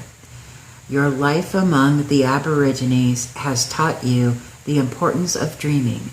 You understand that noteworthy things cannot exist in this world until they have first been dreamed.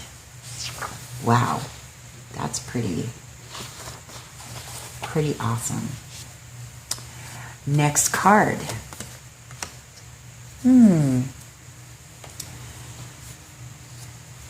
Hindu Shiva. I create my own system of belief. Symbol. Your choice of symbol is taken from a bronze statue of Shiva, one of Hinduism's mightiest gods. Shiva, the auspicious one, is the lord of both destructive and creative powers. He is also the oldest Hindu god and is probably a blending of more ancient gods and goddesses dating back to India's prehistory. Shiva is known as an awesome and fear-inspiring lord. Because of the power of his magnificent presence, he has many followers among different Hindu sects. Much like a sudden storm that clears the landscape of scarred and broken trees, Shiva represents the budding potential of new growth after complete annihilation and perfection born of the raw power of destruction and death. Shiva has a female counterpart called Shakti, who represents many of the same contrasting elements that he does. Shakti can be kind, beautiful, and benevolent, but she also feeds on human blood. She can be a wicked teeth mother with a devouring countenance, or a nurturing goddess.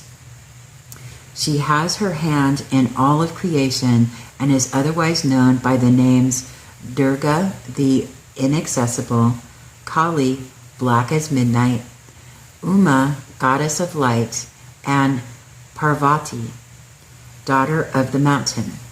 Like Shiva, Shakti is representative of aspects of many gods and goddesses found throughout the world. Conclusion. You are a staunch believer in the equality of all human beings. You have a great respect for the animal kingdom and feel that all life is sacred. Because of your selfless approach, many people consider you odd or different. There is a quality about you that suggests an advanced soul. You appear to others as innocent and untarnished, which may seem like the height of naivety to more pragmatic types. Yet you exude a wisdom beyond that of most people. You continue to believe that no matter what, everyone and everything should be given a fair chance or fair shake in life. Contrary to what people believe, you do understand the power of destructive forces. It is not something you meddle with. For instance, if someone wants to hunt wildlife and you vehemently disagree, you would not be one to preach. You tend to leave people to their own devices and allow them to sink or swim on their own. You realize that there are always higher truths involved, some of which you may not understand. You know full well that any destructive forces will come back tenfold, but you are not one to judge. You see nature as a mirror of the spiritual world. You believe strongly that neither you nor anyone else should disturb the cosmic order because it could mean death both physically and spiritually. It is likely that you have many talents, especially in music, singing, or dance. You may like to paint or draw, creating works that are delicate or miniature. There is a part of you that wishes to merge with the infinite. You tend to get lost in other people, sometimes believing that their ideas and needs are much more important than your own. This is a sad mistake and keeps you from meeting your full potential. Your selflessness is beautiful, but you need to realize that you are just as important as anyone else. Your past life among the Hindus has made you a gentle and cooperative person, but there is a core of strength and individuality that you need to tap. With a spiritual calm that soothes and heals, it's important that you do not live through others for your own fulfillment. For the soul, there is neither birth nor death, nor having once been born does he ever cease to be.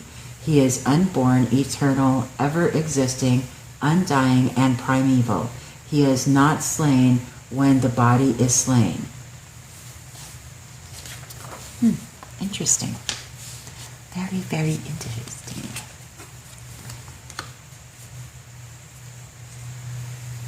Okay, number 19. Greek painting, love of reason. Symbol. The symbol you have chosen is a painting from an ornamental cup bearing the Greek myth of Jason and the snake, painted by the artist Dowris. The legend of Jason and his quest for the golden fleece is one of the richest and most imaginative epics found in Greek mythology. In this piece, Jason is shown being swallowed by a giant serpent.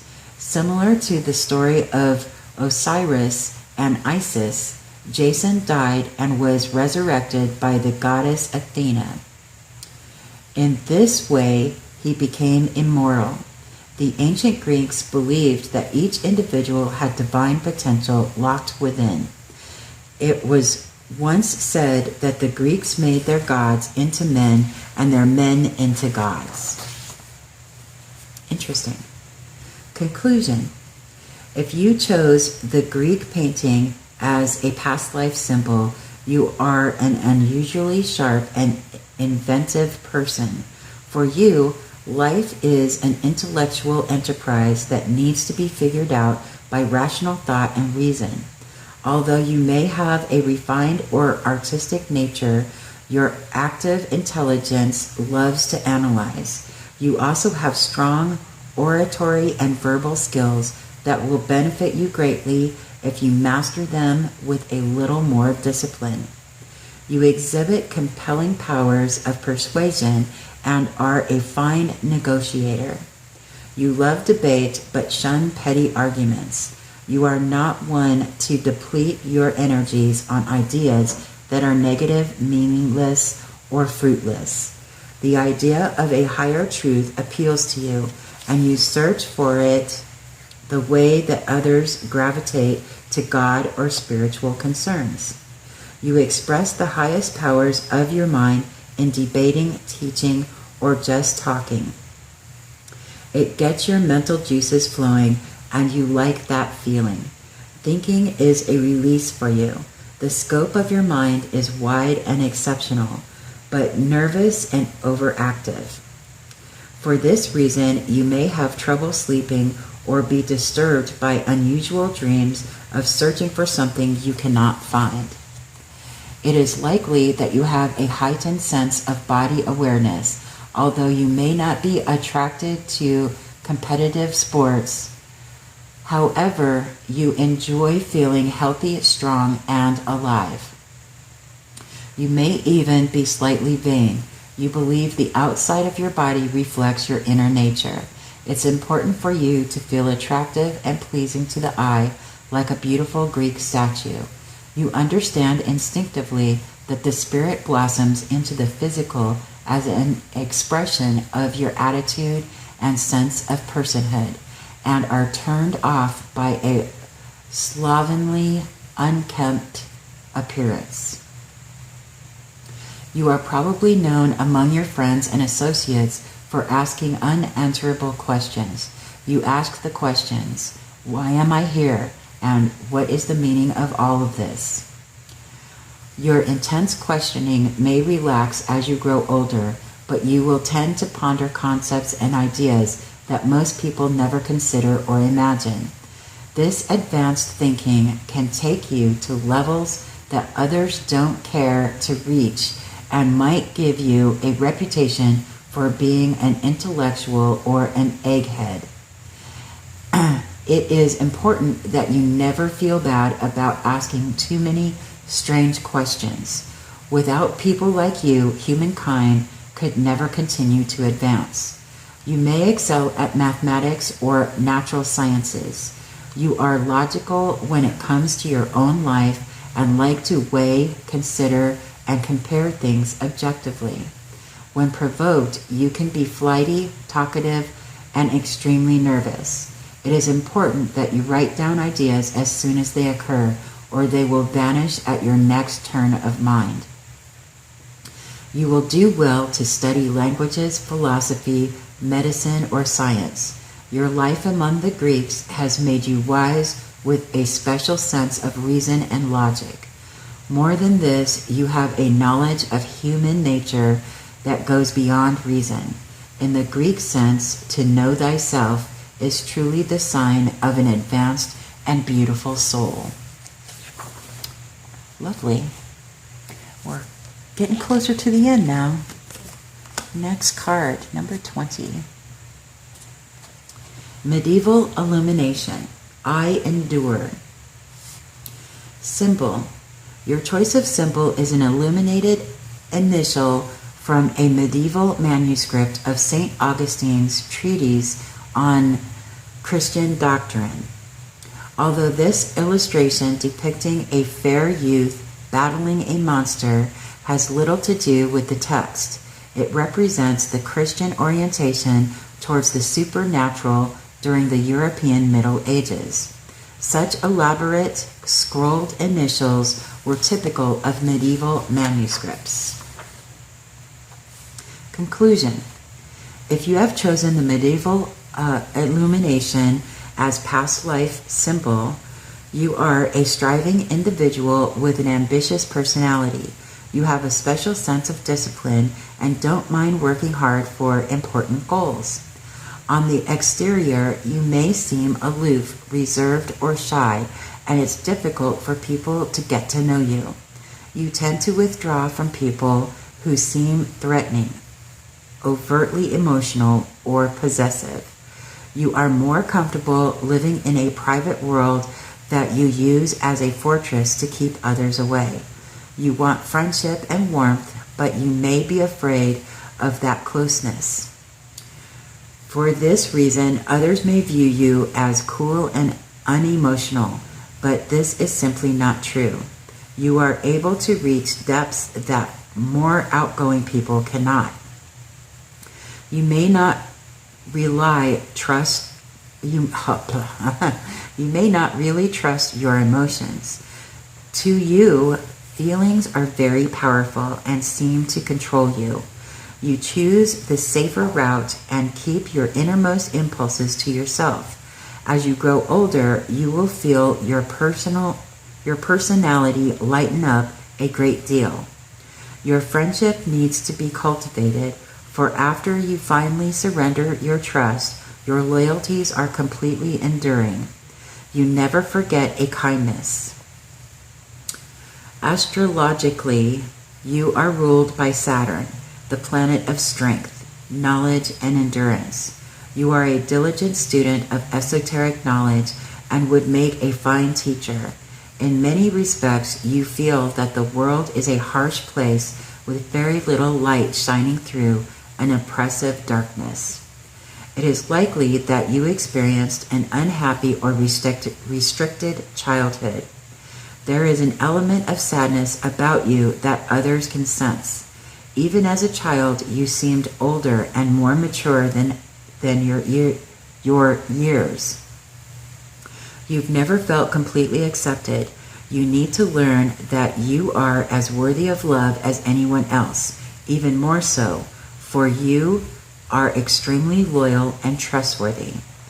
The structure of your life may feel as though it is built atop shifting sands, and there are times when everything seems to collapse around you.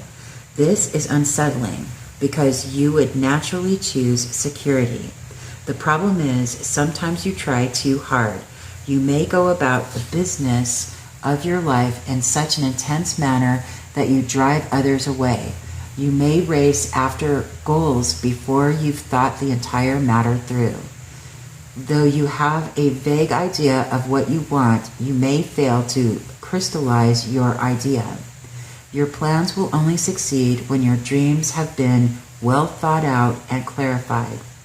You notice the smallest, most intricate details and have a fine eye for proportion. You are also quite talented at evaluating cherished valuables, especially antiques. You may collect old books and manuscripts or be drawn to literature and art from past ages. You have a strong, almost Gothic sense of style that seems archaic or spooky to others. You love the idea of castles, gleaming suites of armor, sorcerers, and the lilting song of a troubadour. It is a whimsical side of you that you are often reticent to reveal. Your life during the Middle Ages has made you a serious, stable, and enlightened person. The medieval Illumination is the sign of the gifted teacher. It's important that you clarify your talents for others to share and emulate. Interesting. Next card. Well, it's very beautiful. Russian Byzantine Cathedral. I unfold while I expand. Interesting. I unfold while I expand. Symbol. You have chosen as a past life symbol an example of late Byzantine Russian art. The Cathedral of the Assumption is a part of the Kremlin in Moscow. The illustrations of the Byzantine king and queen are taken from old Russian manuscripts in Kiev. Russian Byzantine art fused Eastern and Western influences by blending ornamental surfaces with a certain stylized realism. The emergence of Byzantine art heralded a part of progressive religious thought among the Russian people. It was also a time of somber romance and mystical introspection. Conclusion. If you have chosen the Russian Byzantine cathedral as a past life symbol, you are a mesmerizing person with strong powers of persuasion.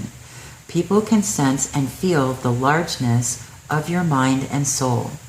Astrologically speaking, you are ruled by Jupiter, the planet of expansion. You have a love of spectacle and whatever is grand or glorious. In a purely intellectual way, you are so drawn to religious ritual and icons. Or you are also drawn to religious ritual and icons. The idea of spiritual world intrigues you, and you want to know and understand it better by studying symbols. Any type of religious doctrine is attractive to you, and you've probably studied most world faiths. You don't mind joining a group to discover the inner workings of religion or philosophy, but you have no special awe of its leaders. You have a fascination with opposites as well as the mystic workings of good and evil. You are an individual thinker, but you sometimes expect others to mirror your thoughts. You may wish to impress your will and ideas upon others. This is one facet of your personality that you must learn to control, or you will find yourself with only a few loyal friends and no idea why. You sometimes overwhelm people with your many concepts and thoughts. On the positive side, you are a freedom-loving person with the ability to inspire others to greater things. You have a strong aversion to being confined and an innate ability to view life from many different angles. You rarely waste time analyzing past mishaps. Instead, you venture forward to conquer the next mountain with fresh insights and new skills. For you, the world is constantly evolving and changing. You are driven to ride each wave without looking back.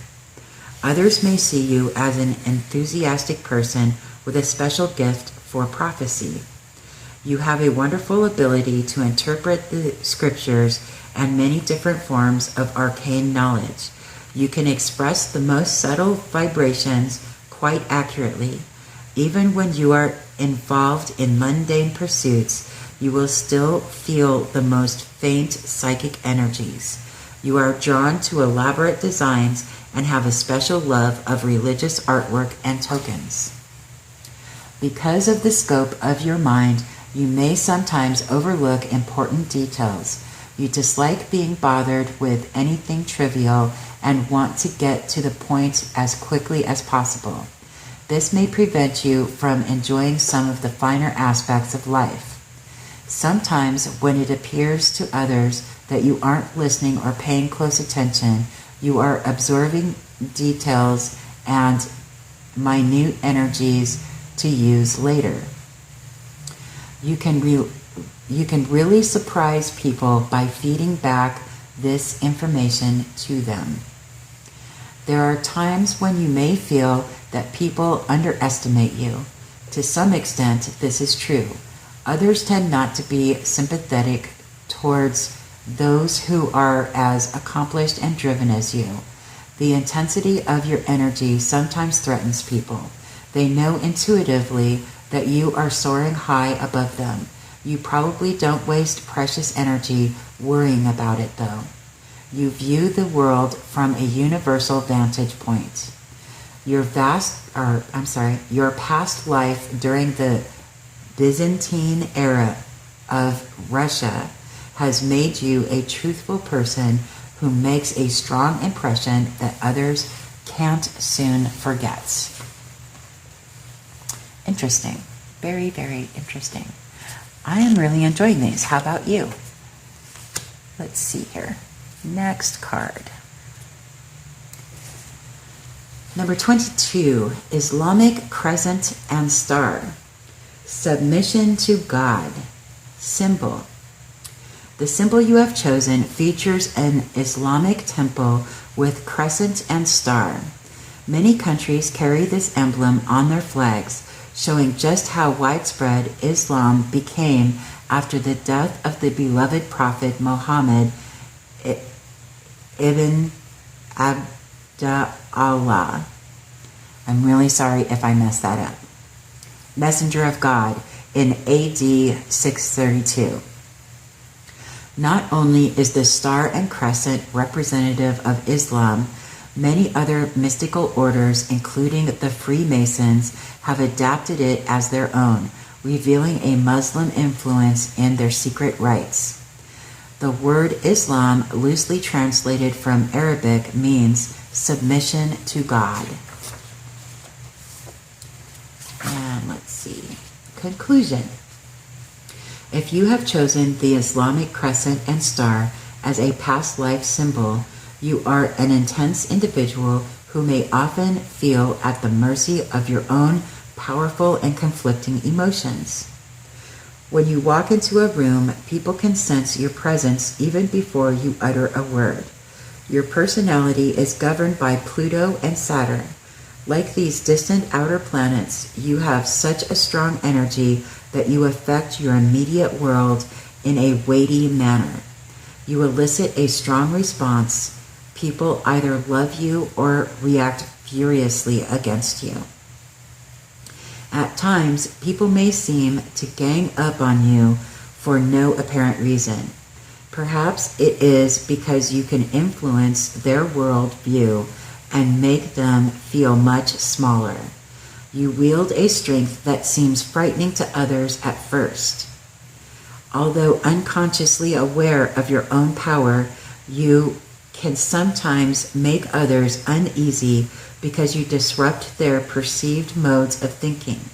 Others feel they must resist you, and this causes you much frustration. Actually, you are not at all difficult. You tend to be a quiet person who loves to ponder the meaning of life and the implications of a greater spirit that governs everything. You prefer the familiar company of your own thoughts and feelings over the company of crowds or friends. You've built a private world and prefer not to let others intrude on your personal reality. This secret world is so powerful that it creates an influence of its own, totally apart and separate from you. People may believe you are up to something or are planning some kind of attack against them. They might even comment that your vibrations make them uncomfortable around you. Don't be swayed by this. You are a rare person with a special vision. You have wonderful contributions to make to the world. It is important that you do not allow petty criticisms and sanctimonious judgments to subvert your best efforts. Deep inside, you are a fighter, even though it may seem as though other people are getting their way. The more others criticize you and attempt to destroy your spirit, the stronger your will becomes. Your fighting is not expressed through arguments or inane acts of revenge. You look upon resistance as an opportunity to build character and grow closer to a higher wisdom. In this way, you are much like the phoenix, the mythical bird who creates a more beautiful and transformed self by rising out of the ashes. Even though there may be times when your soul is deeply hurt, your spirit is never destroyed. You thrive on change and are constantly transforming yourself into something entirely new. It's no coincidence that you present an awesome appearance that never fails to attract attention. Your eyes mirror the complexity of your soul. Your past life among the early Islamic peoples has made you a person of great character and pronounced willpower. Although associates may not like you at first, they will always come to admire you. Your special wisdom about God and different faiths brings much light to an orphaned world hidden in the shadows. Wow, that's pretty deep. What do you think? Next card. Number 23. We only have a few cards left. Okay. Earthly Christian catacomb painting. Spirit of self-sacrifice. Symbol. The symbol you have chosen as an example of early Christian art found in the catacombs of Rome, this painting of a dolphin and trident was created during an era of persecution when Christians hid, worshipped, prayed, and buried their dead in a dark labyrinth of subterranean passageways beneath the city. The catacombs, originally used as cemeteries for the martyred Christian dead, became a place of concealment for fugitives. Paintings were sketched quickly and finished in an almost impressionistic style.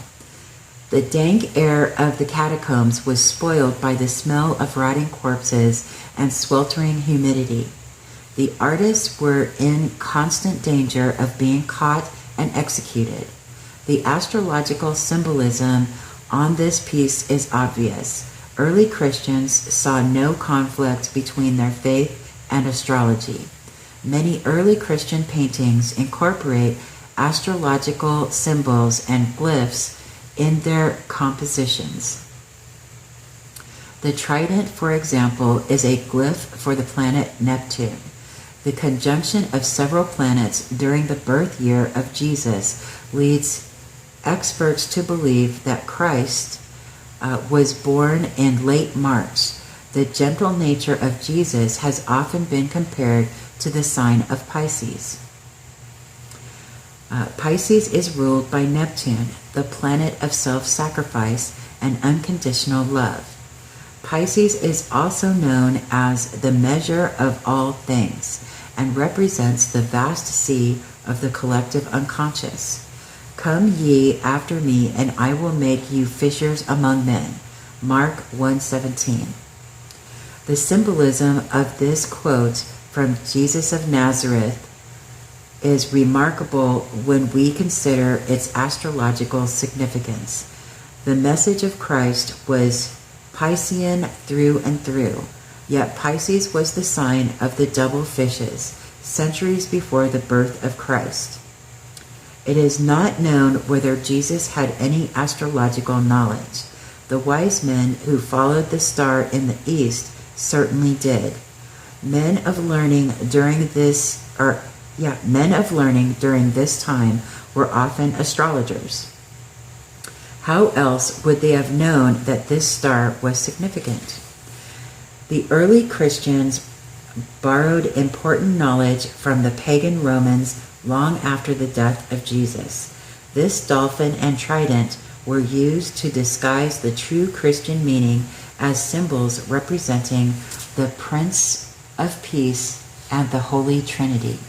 Such astrological symbolism was freely used among early Christians.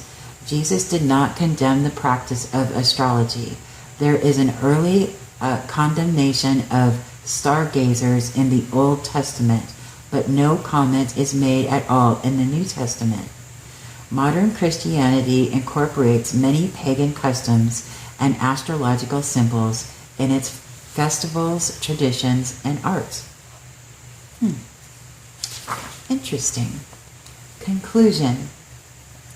If you have chosen the early Christian catacomb painting, this is, or as a past life symbol, you understand and try to practice universal love.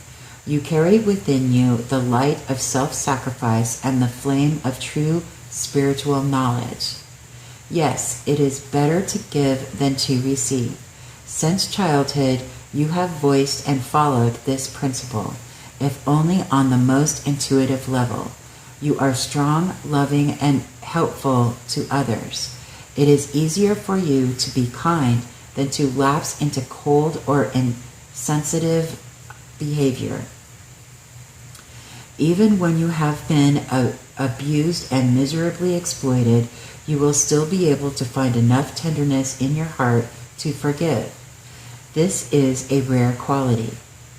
This doesn't mean that you do not carry a heavy weight of sorrow in your soul. On the contrary, you may have a tendency to dwell on past injustices to an unhealthy degree. It is important for you to understand that your strong imagination and sense of justice feed these feelings. If you are not willing to master your feelings of martyrdom, you may end up miserable and bitter. The flip side of idealism is often cynicism. You cannot become a cynic without having once been an idealist. No one can deny that you are a beautiful and advanced soul. You can be mystical, spiritual, and prophetic. Your true joy is in giving. You expect little in return, only companionship and acceptance. While others may seek God through prayer and ritual, you will find your spiritual source by listening to the universe in quiet meditation. Many of your ideas are truly inspired and heaven-sent. Although you are active spiritually and emotionally, you may shun physical activity. There are times when you must withdraw into yourself and gather your energies to face the world. It is good that you are able to do this, because you would collapse without these periods of solitude. Your energy vibrates at a very high level and strength of your body. Wait, I missed a line. Your energy vibrates at a very high level, and you use your mental facilities, your mental faculties, so much that you can easily deplete the strength of your body. As a child, you may have been either sickly or delicate. This may lead you to believe that you will not be gifted with longevity.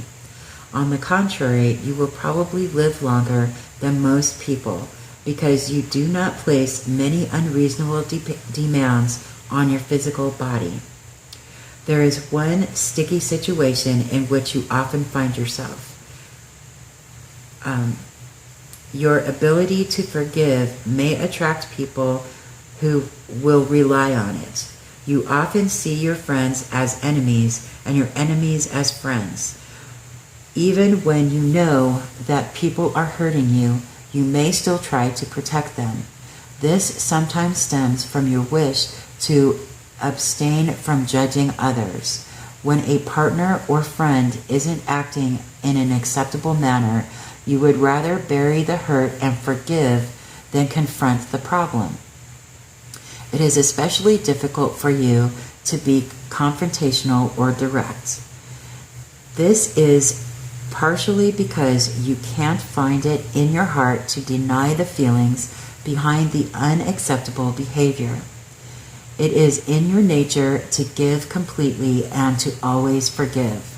You feel better and more confident when you see yourself as helping others. Naturally, this attracts those who are in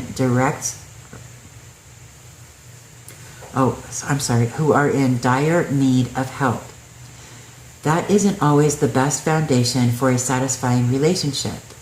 It is important for you to remember the biblical warning against casting pearls before swine. Your thinking is pure, deeply felt, and often inspired. On the negative side, when you feel a lack of confidence, you tend to mirror others who may not be on your level. Throughout your life, you will find yourself in situations where you think, why on earth did I do that? Sometimes you are steered away from the path of the spirit by peer pressure. You can't bear to disappoint others, and this can cause you to do things that later make you ashamed. It's important that those moments for you It's important at those moments for you to remember that you are really a good person. You must learn the art of self-protection. It's impossible to live life among wolves if you're playing the part of the sacrificial lamb. It was Jesus who said, Behold, I send you forth as sheep in the midst of wolves. But be ye therefore wise as serpents, and harmless as doves. Matthew 11:16. Interesting. Next card. Hebrew High Priest. Spirit of Ambition. Your choice of symbol is a high priest of Israel representing the culture of the ancient Hebrews. In his right hand, the priest holds a candelabra symbolizing the 7 planetary lights or governors of the world. The intricate breastplate he is wearing is called an essen, or breastplate of righteousness and prophecy. Its 12 stones symbolize the 12 tribes of Israel and their individual virtues and magical qualities. These include illumination, strength, victory, joy, wisdom, faith, humility, justice, peace, truth, equilibrium, and love. Since the Hebrews are believed to have been introduced to astrology by the Egyptians,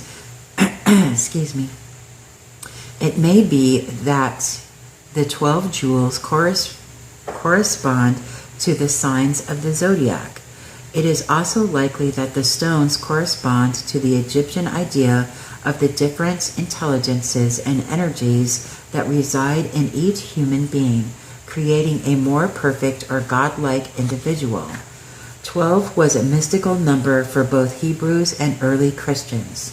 For the ancient Hebrews, 12 was the number by which God's divine energy was divided and channeled throughout the earth plane. Conclusion.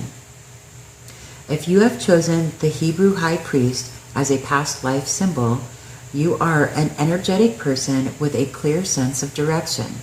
Others view you as powerful.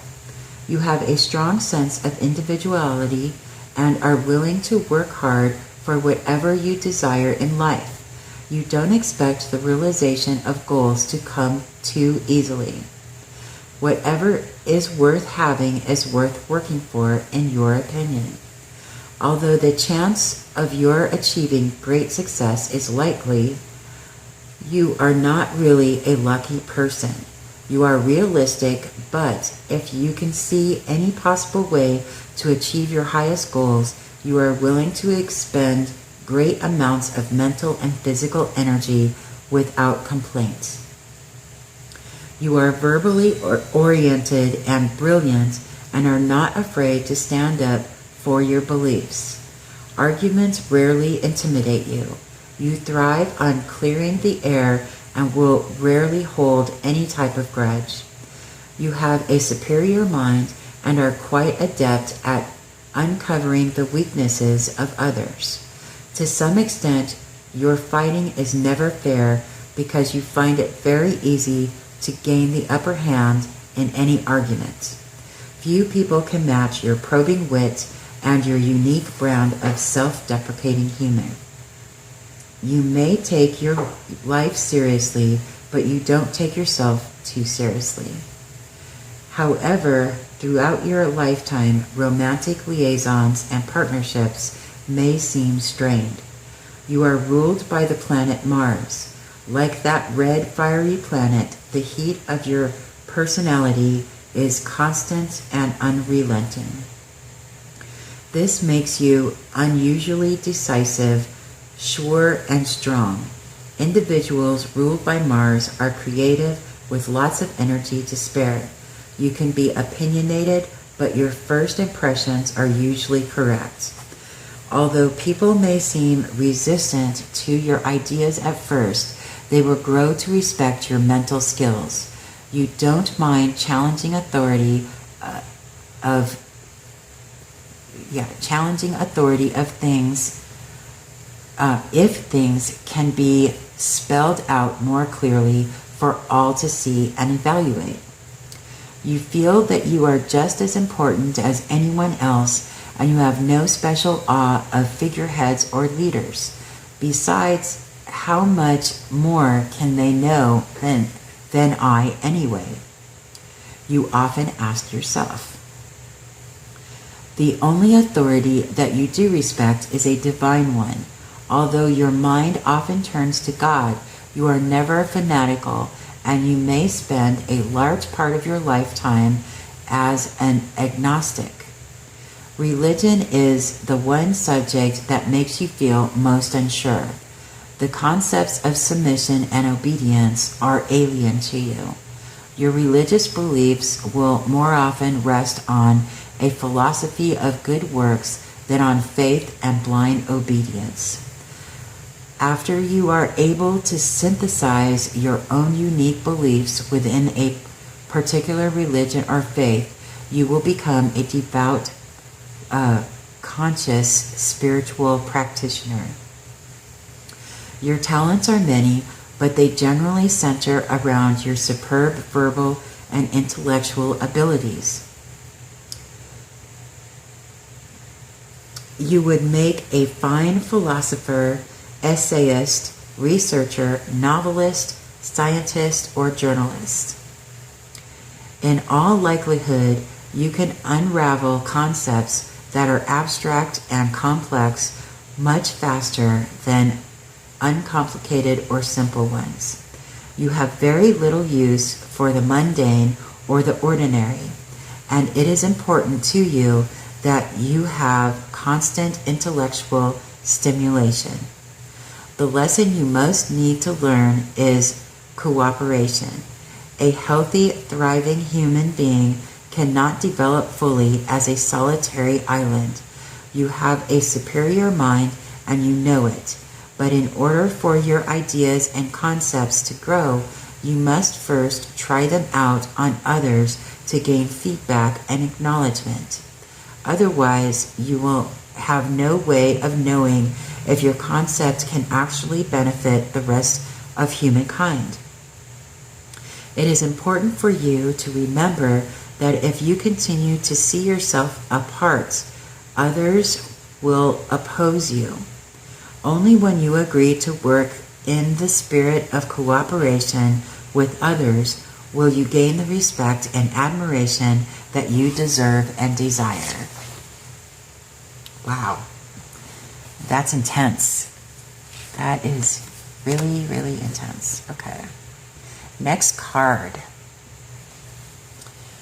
Hawaiian Pele Goddess. Fire of Creation. Symbol.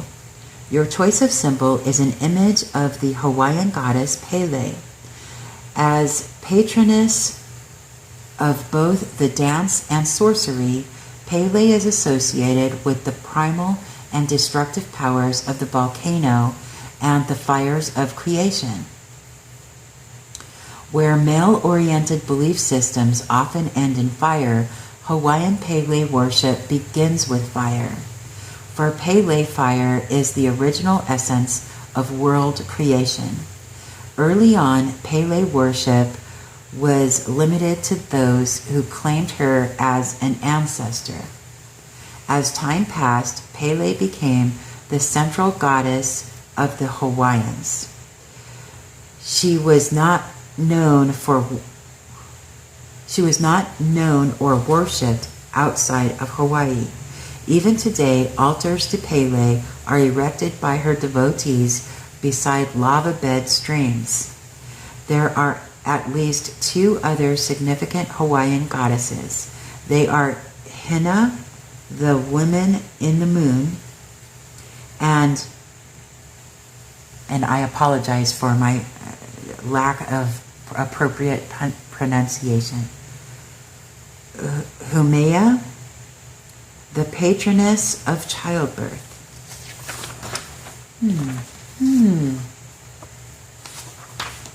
Okay, conclusion. Wow, this is a big one. If you have chosen the Hawaiian Pele goddess as past life symbol, you are an affectionate individual with mighty and energetic emotions. You are ruled by both Venus and Mars, planets whose energies often oppose each other. It is difficult for you to take your feelings lightly. You can literally throw off sparks. When you meet someone, you are warm, loving, and receptive. Your generosity conveys an impression of someone who is large in character and generally accepting of all personalities. You are not difficult to please on the surface or casual level, but if someone falls out of your favor, you can turn off your feelings like a faucet. Although you find it reasonable to forgive, it is difficult for you to forget. Once your trust has been betrayed, the relationship is over. Your tolerance may attract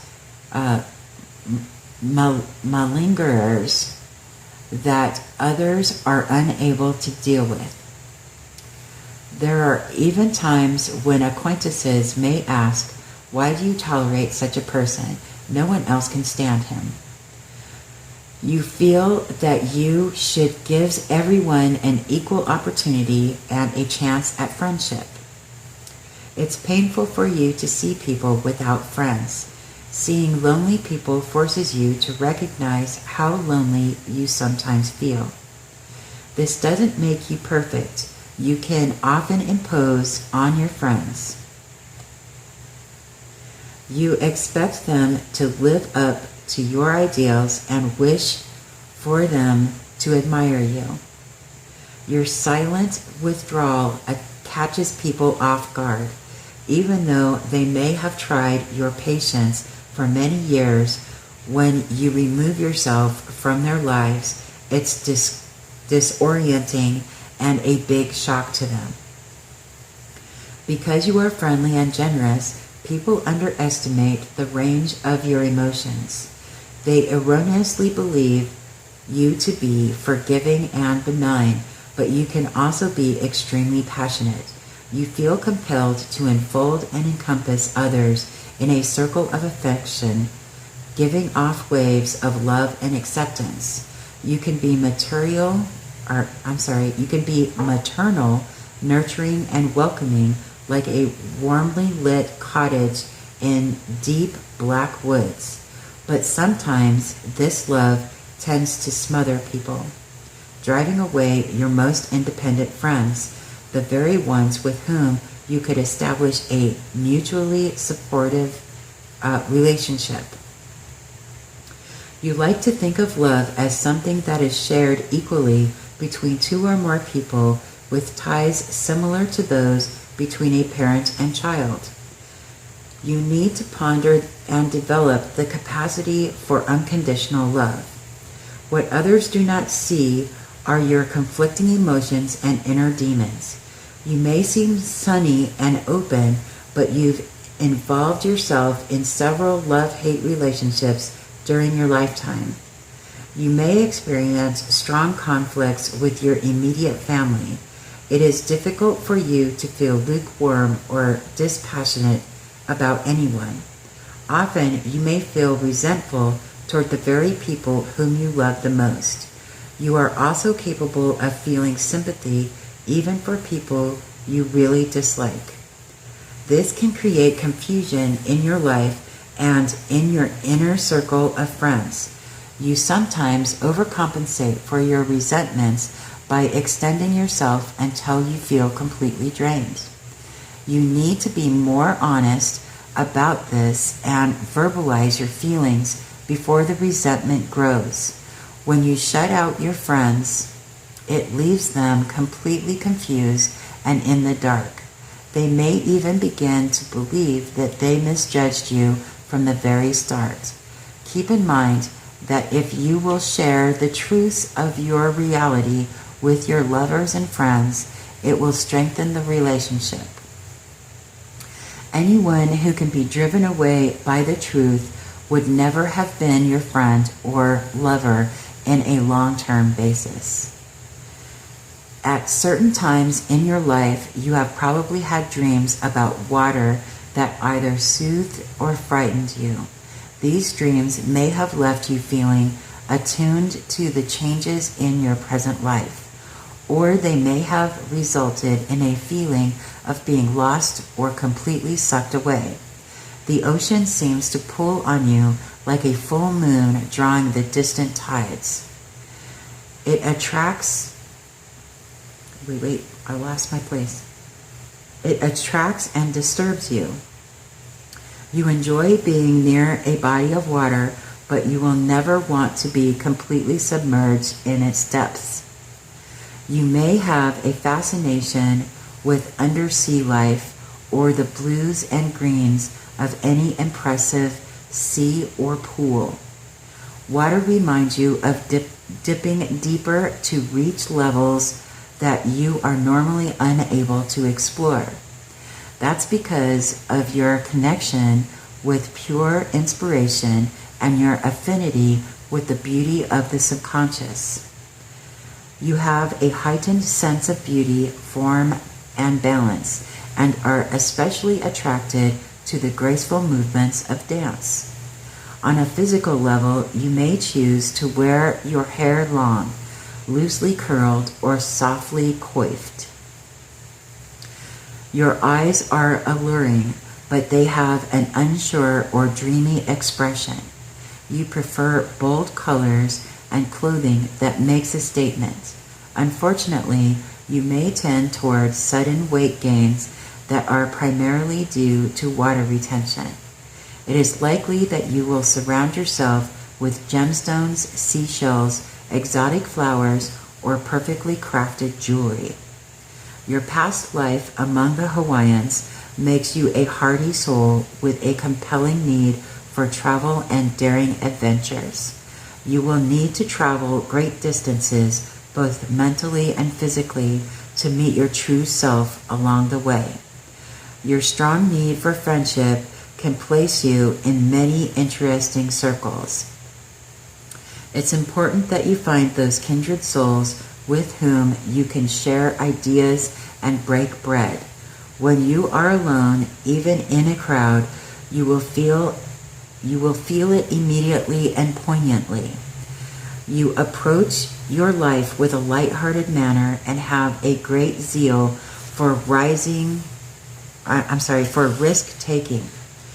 Like the goddess Pele, you carry your light before you as a torch, inspiring others toward more passionate and loving ways of living. Wow, that was pretty intense as well. These are very detailed, I would say, descriptions. And I'm only reading part of them, right? Okay, falling off my chair again. Next up, number 26. We only have a couple more left. Asante Sacred Stool. Child under the sun. Symbol. The symbol you have chosen is a sacred stool crafted by the Asante people of Africa. The sacred stool was a symbol of ancestor worship and was believed to have been dropped from the heavens by, and I apologize in advance, Nyankopan, the supreme god of the Asante. People were not permitted to sit on this stool as it was far too holy. Chiefs would sometimes give the impression of resting on it at religious ceremonies, but ascendants would really hold them up with their fingers a few inches above the highly polished seat. Even the most awesome chiefs feared to disturb the spirits that resided inside the stool. A sacred stool later came to represent the Asante as a nation separate from other African peoples, as well as the spirits of the tribe. Although there are many different sacred stools among the Asante, the original golden one is thought to still exist, hidden somewhere for safekeeping. I wonder where it is. I wonder if people are looking for it. What do you think? Okay, conclusions. If you have chosen the Asante sacred stool as a past life symbol, you are proud, cultivated, and dignified. You radiate a regal appearance and have an aura of confidence and assurance that you carry with you. Although you may be small in stature, you will give the impression that you are much taller than you really are. There is a sense of royalty about you. It's not that you feel superior to others. You are a person of great character, and you know it. You dislike lying, cheating, or anything that might be considered dishonest. Even as a child, you would not follow others just for the sake of belonging, especially when the other children engaged in scapegoating. Although you believe that you are important, you would never turn your back on another. You often stand up for the underdog. You have a special light about you, and you are willing to share it with others. Your personality is ruled by the sun. Like the sun, you feel most comfortable at the center of things. Astrologically, the sun is similar to the chief of the tribe. You tend to be a natural leader, but never in a loud, boisterous, or demanding way. You are actually reserved, but often you end up running things even when you resist the idea. After you have given in, you usually do enjoy the limelight. You always aspire to a higher state of being. Though you seek devotion, you will not take kindly to demands. Your most positive trait is courage. You are not easily intimidated, and when you see something that is unjust, you are the first to point it out. This may give you a bad reputation for being blunt, but you have such a warmth and honesty about you that people usually grow to admire your straightforwardness. It's not that you are a petty fault finder. On the contrary, you will overlook faults for a very long time before you address them. It is your sense of justice that drives you forward. If you are critical, it's not in a personal way. It is never your wish to destroy another's spirit, and you will not take kindly to someone who destroys the wonderful potential of his own spirit. Because you are romantic and sensitive to the beauty of the world, you may collect exquisite objects that have a golden or warm tone. You can wear unusual colors, combining them tastefully and effectively. Everything about you seems warm, lush, and luxuriant. You give off an aura of being poetic, complex, and richly sensual. You will willingly surrender just for the sake of falling in love. In fact, you are not happy unless you are in love with something or someone.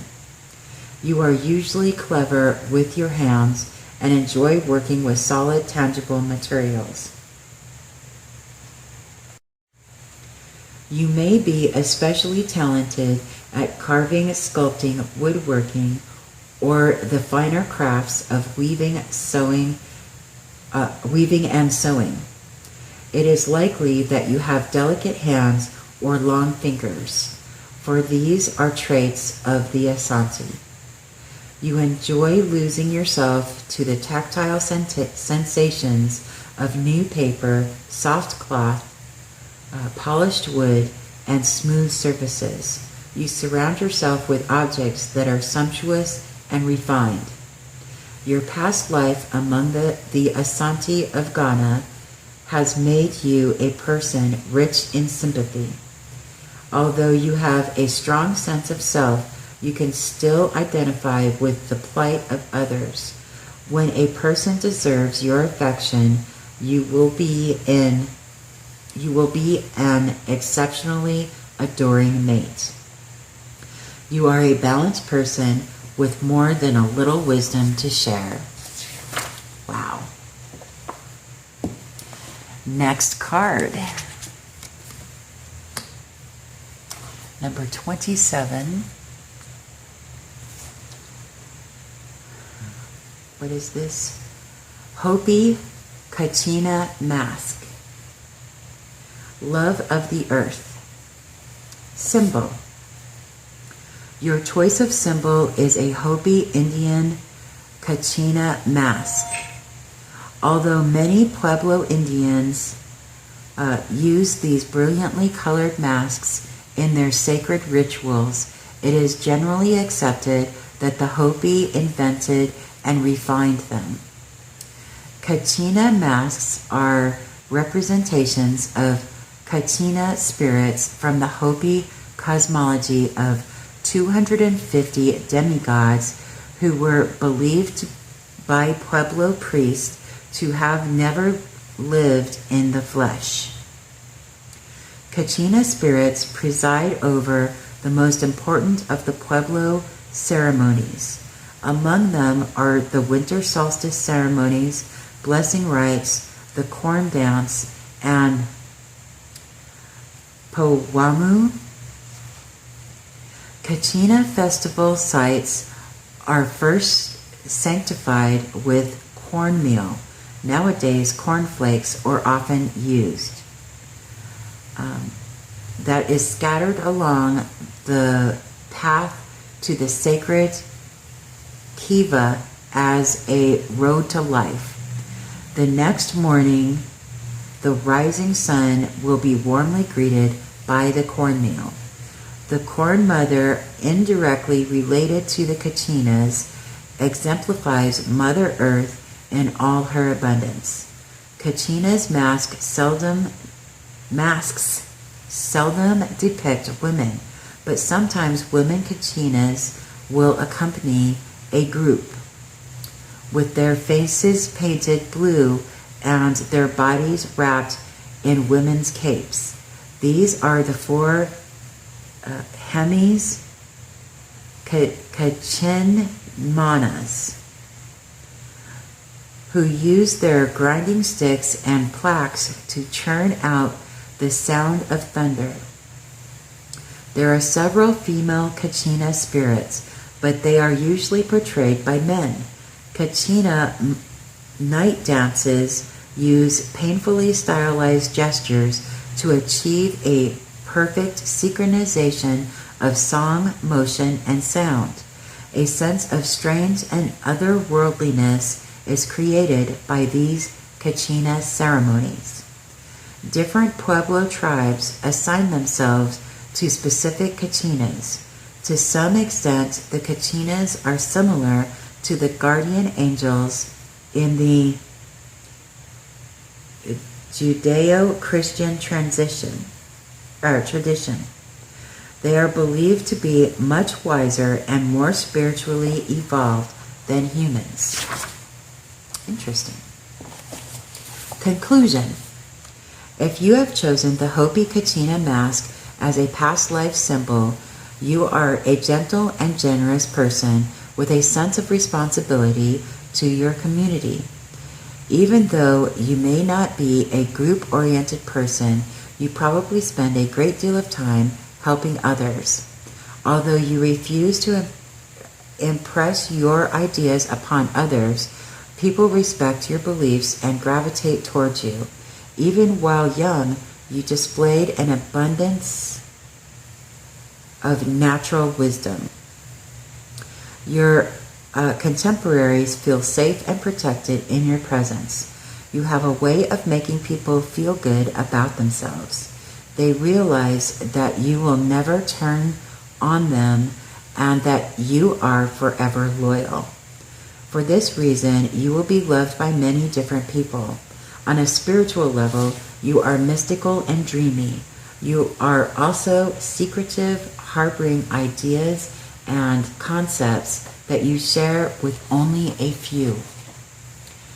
You have an interest in antiquated subjects as well as songs, dance, and poetry.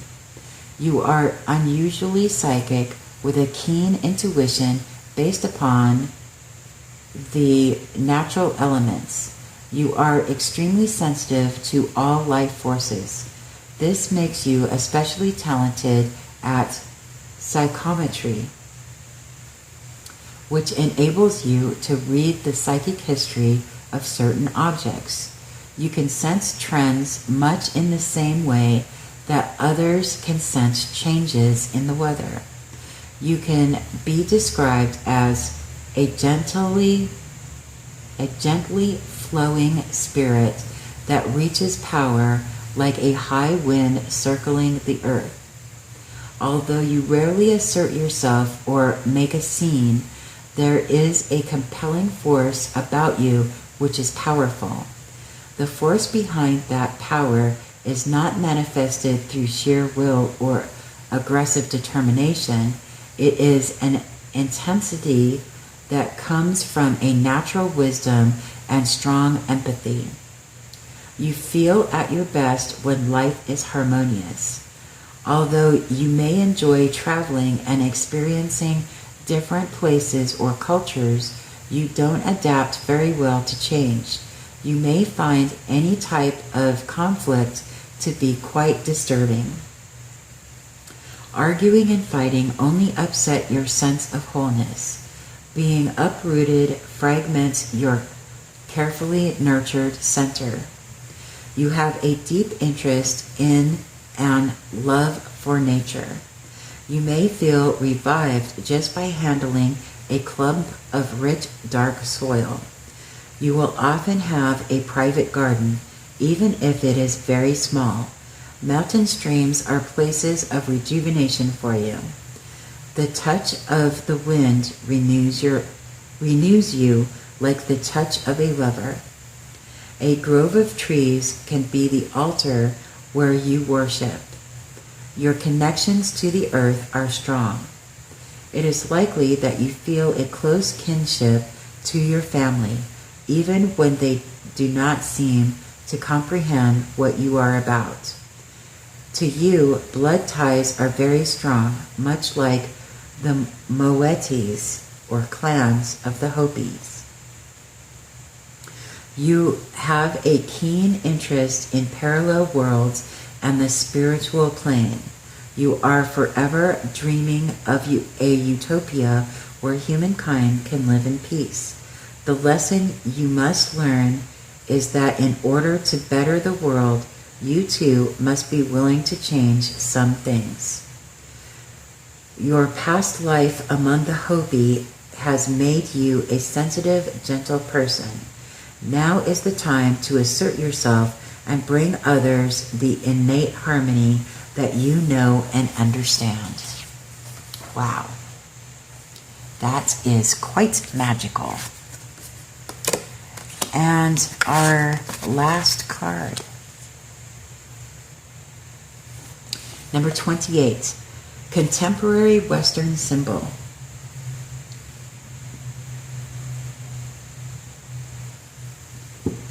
Energy is eternal delight. Symbol. Your choice of symbol is an example of contemporary Western art. This particular design deals with now representing modern man's alienation from the elements and the active forces of an expanding universe. More than any other, this symbol depicts an anarchist without a center. The energy of the universe is felt, but in an erratic and unfocused way. It becomes submersive and unconventional. Goals are reached through direct and forceful action. There is raw energy, but little harmony. On a deeper level, the Western symbol represents the fine line between creativity and destruction. There is a need to create through a defiant freedom that rejects sameness and convention. Conclusion. If you have chosen the contemporary Western symbol, you are a driven individual with set ideas of your own. You are always eager to climb or capture another mountain. To you, life itself is a challenge. It is not in your nature to conform, and any effort to force you into doing so will be met with great resistance on your part. You are naturally a very stubborn person. You find opposing forces interesting and like to ponder the differences between good and evil, black and white, calm and action. You approach life with zeal, passion, and enthusiasm. Constant action and change are needed in order for you to feel satisfied. Anything that is dull and ordinary will not capture your interest for long. You are a square peg trying desperately to fit yourself into a round hole. This will never happen, and you may as well accept your strange individuality. It's important for you to have friends, but you need to be a friend to yourself first. Only when you manage to create a sense of peace inside of yourself will your relationships change, grow, and finally unfold. You cannot force the issue. This is very important because you tend to fixate on certain ideas in ways that only prove destructive for you. You enjoy conflict because to you, anything is better than boredom. In this respect, you need to evaluate the conflicts in your relationship and ask yourself what is causing them. Is it possible that you have a hand in some of the causes? In your opinion, sameness destroys the individual essence that you so carefully seek to nurture and develop. Other people do not understand your constant need for stimulation and action. When you resort to self-destructive ways, it is often to get the attention you desire. You may even have many fantasies of riches, power, and fame. These private fantasies are not really so far-fetched because you are a very driven, intelligent, and original person. You can accept difficult challenges with ease. In fact, you thrive on overcoming obstacles, but your energies do not always flow smoothly, and you are rarely consistent. The setbacks are frequent, but you always manage to spring back, and they don't seem to devastate you as completely as they would other people. You are a survivor.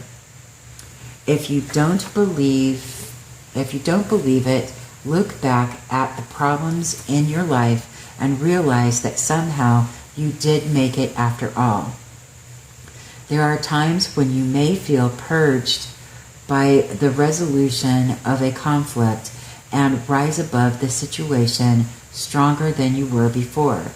If you don't feel that you are a particularly strong person, you may be denying your own inner resources. Perhaps you are too busy thinking of yourself as a nice person. You are attracted to powerful people and those who seem to be in control. You have little respect for weakness, especially when you feel most threatened and weak yourself. You have a special flair for color and design. You are well known for your taste and your ability to put things together in an original way that ends up looking professional. Whether you realize it or not, you affect the way other people see things. Other people may imitate you at different times in your life. You are an innovator even if you do not view yourself as an aggressive person. Although you may hold fixed ideas about yourself, you are easily bored with the world around you. You are constantly in need of change and look for new ways of seeing things. You may even wish to move on when life offers you too little in terms of thrills and excitement in your relationships. You may tend to choose partners who are charming and exciting, but irresponsible. It is likely that you will have several romantic partners in your lifetime, and you may also live in many different areas of the country. If you have one lesson to learn, it is to not rely on an outward show of strength while you deny your inner resources. You have abundant creativity and many clever and unique ideas, but your energy lacks a focus. Although you pride yourself on being direct, you may tend to shun deeper levels of intimacy. You fear rejection, which you interpret as losing. You are ambitious, and losing is not something you take lightly. Your greatest gift is your drive and originality. If you can learn to surrender your feelings to others, you will emerge as a stronger and more dynamic person. Wow, this is pretty incredible. They have tables. Let me see if I can. Let's zoom out. Ooh, zoom out. They have tables here that have keywords and different traits for each of the cards. That's pretty cool. And even more descriptions. This is a pretty detailed and fascinating book. And I really enjoyed going through this with you. I hope that you felt the same. Let me just put this back together. If this is something that resonates with you, that you would like to explore more, I do have an affiliate link in the description box below for this deck. The Phoenix cards. Reading and interpreting past life influences with the Phoenix deck. Let me just try to put this back together here. Oop, there we go. And again, if you enjoyed this and would like to buy a deck for yourself, there is an affiliate link in the description box below. Other than that, I will see you on one of our next videos, whether it be a review or a daily perspective, up to you. I want you to have a great day, and I'll see you in the next video.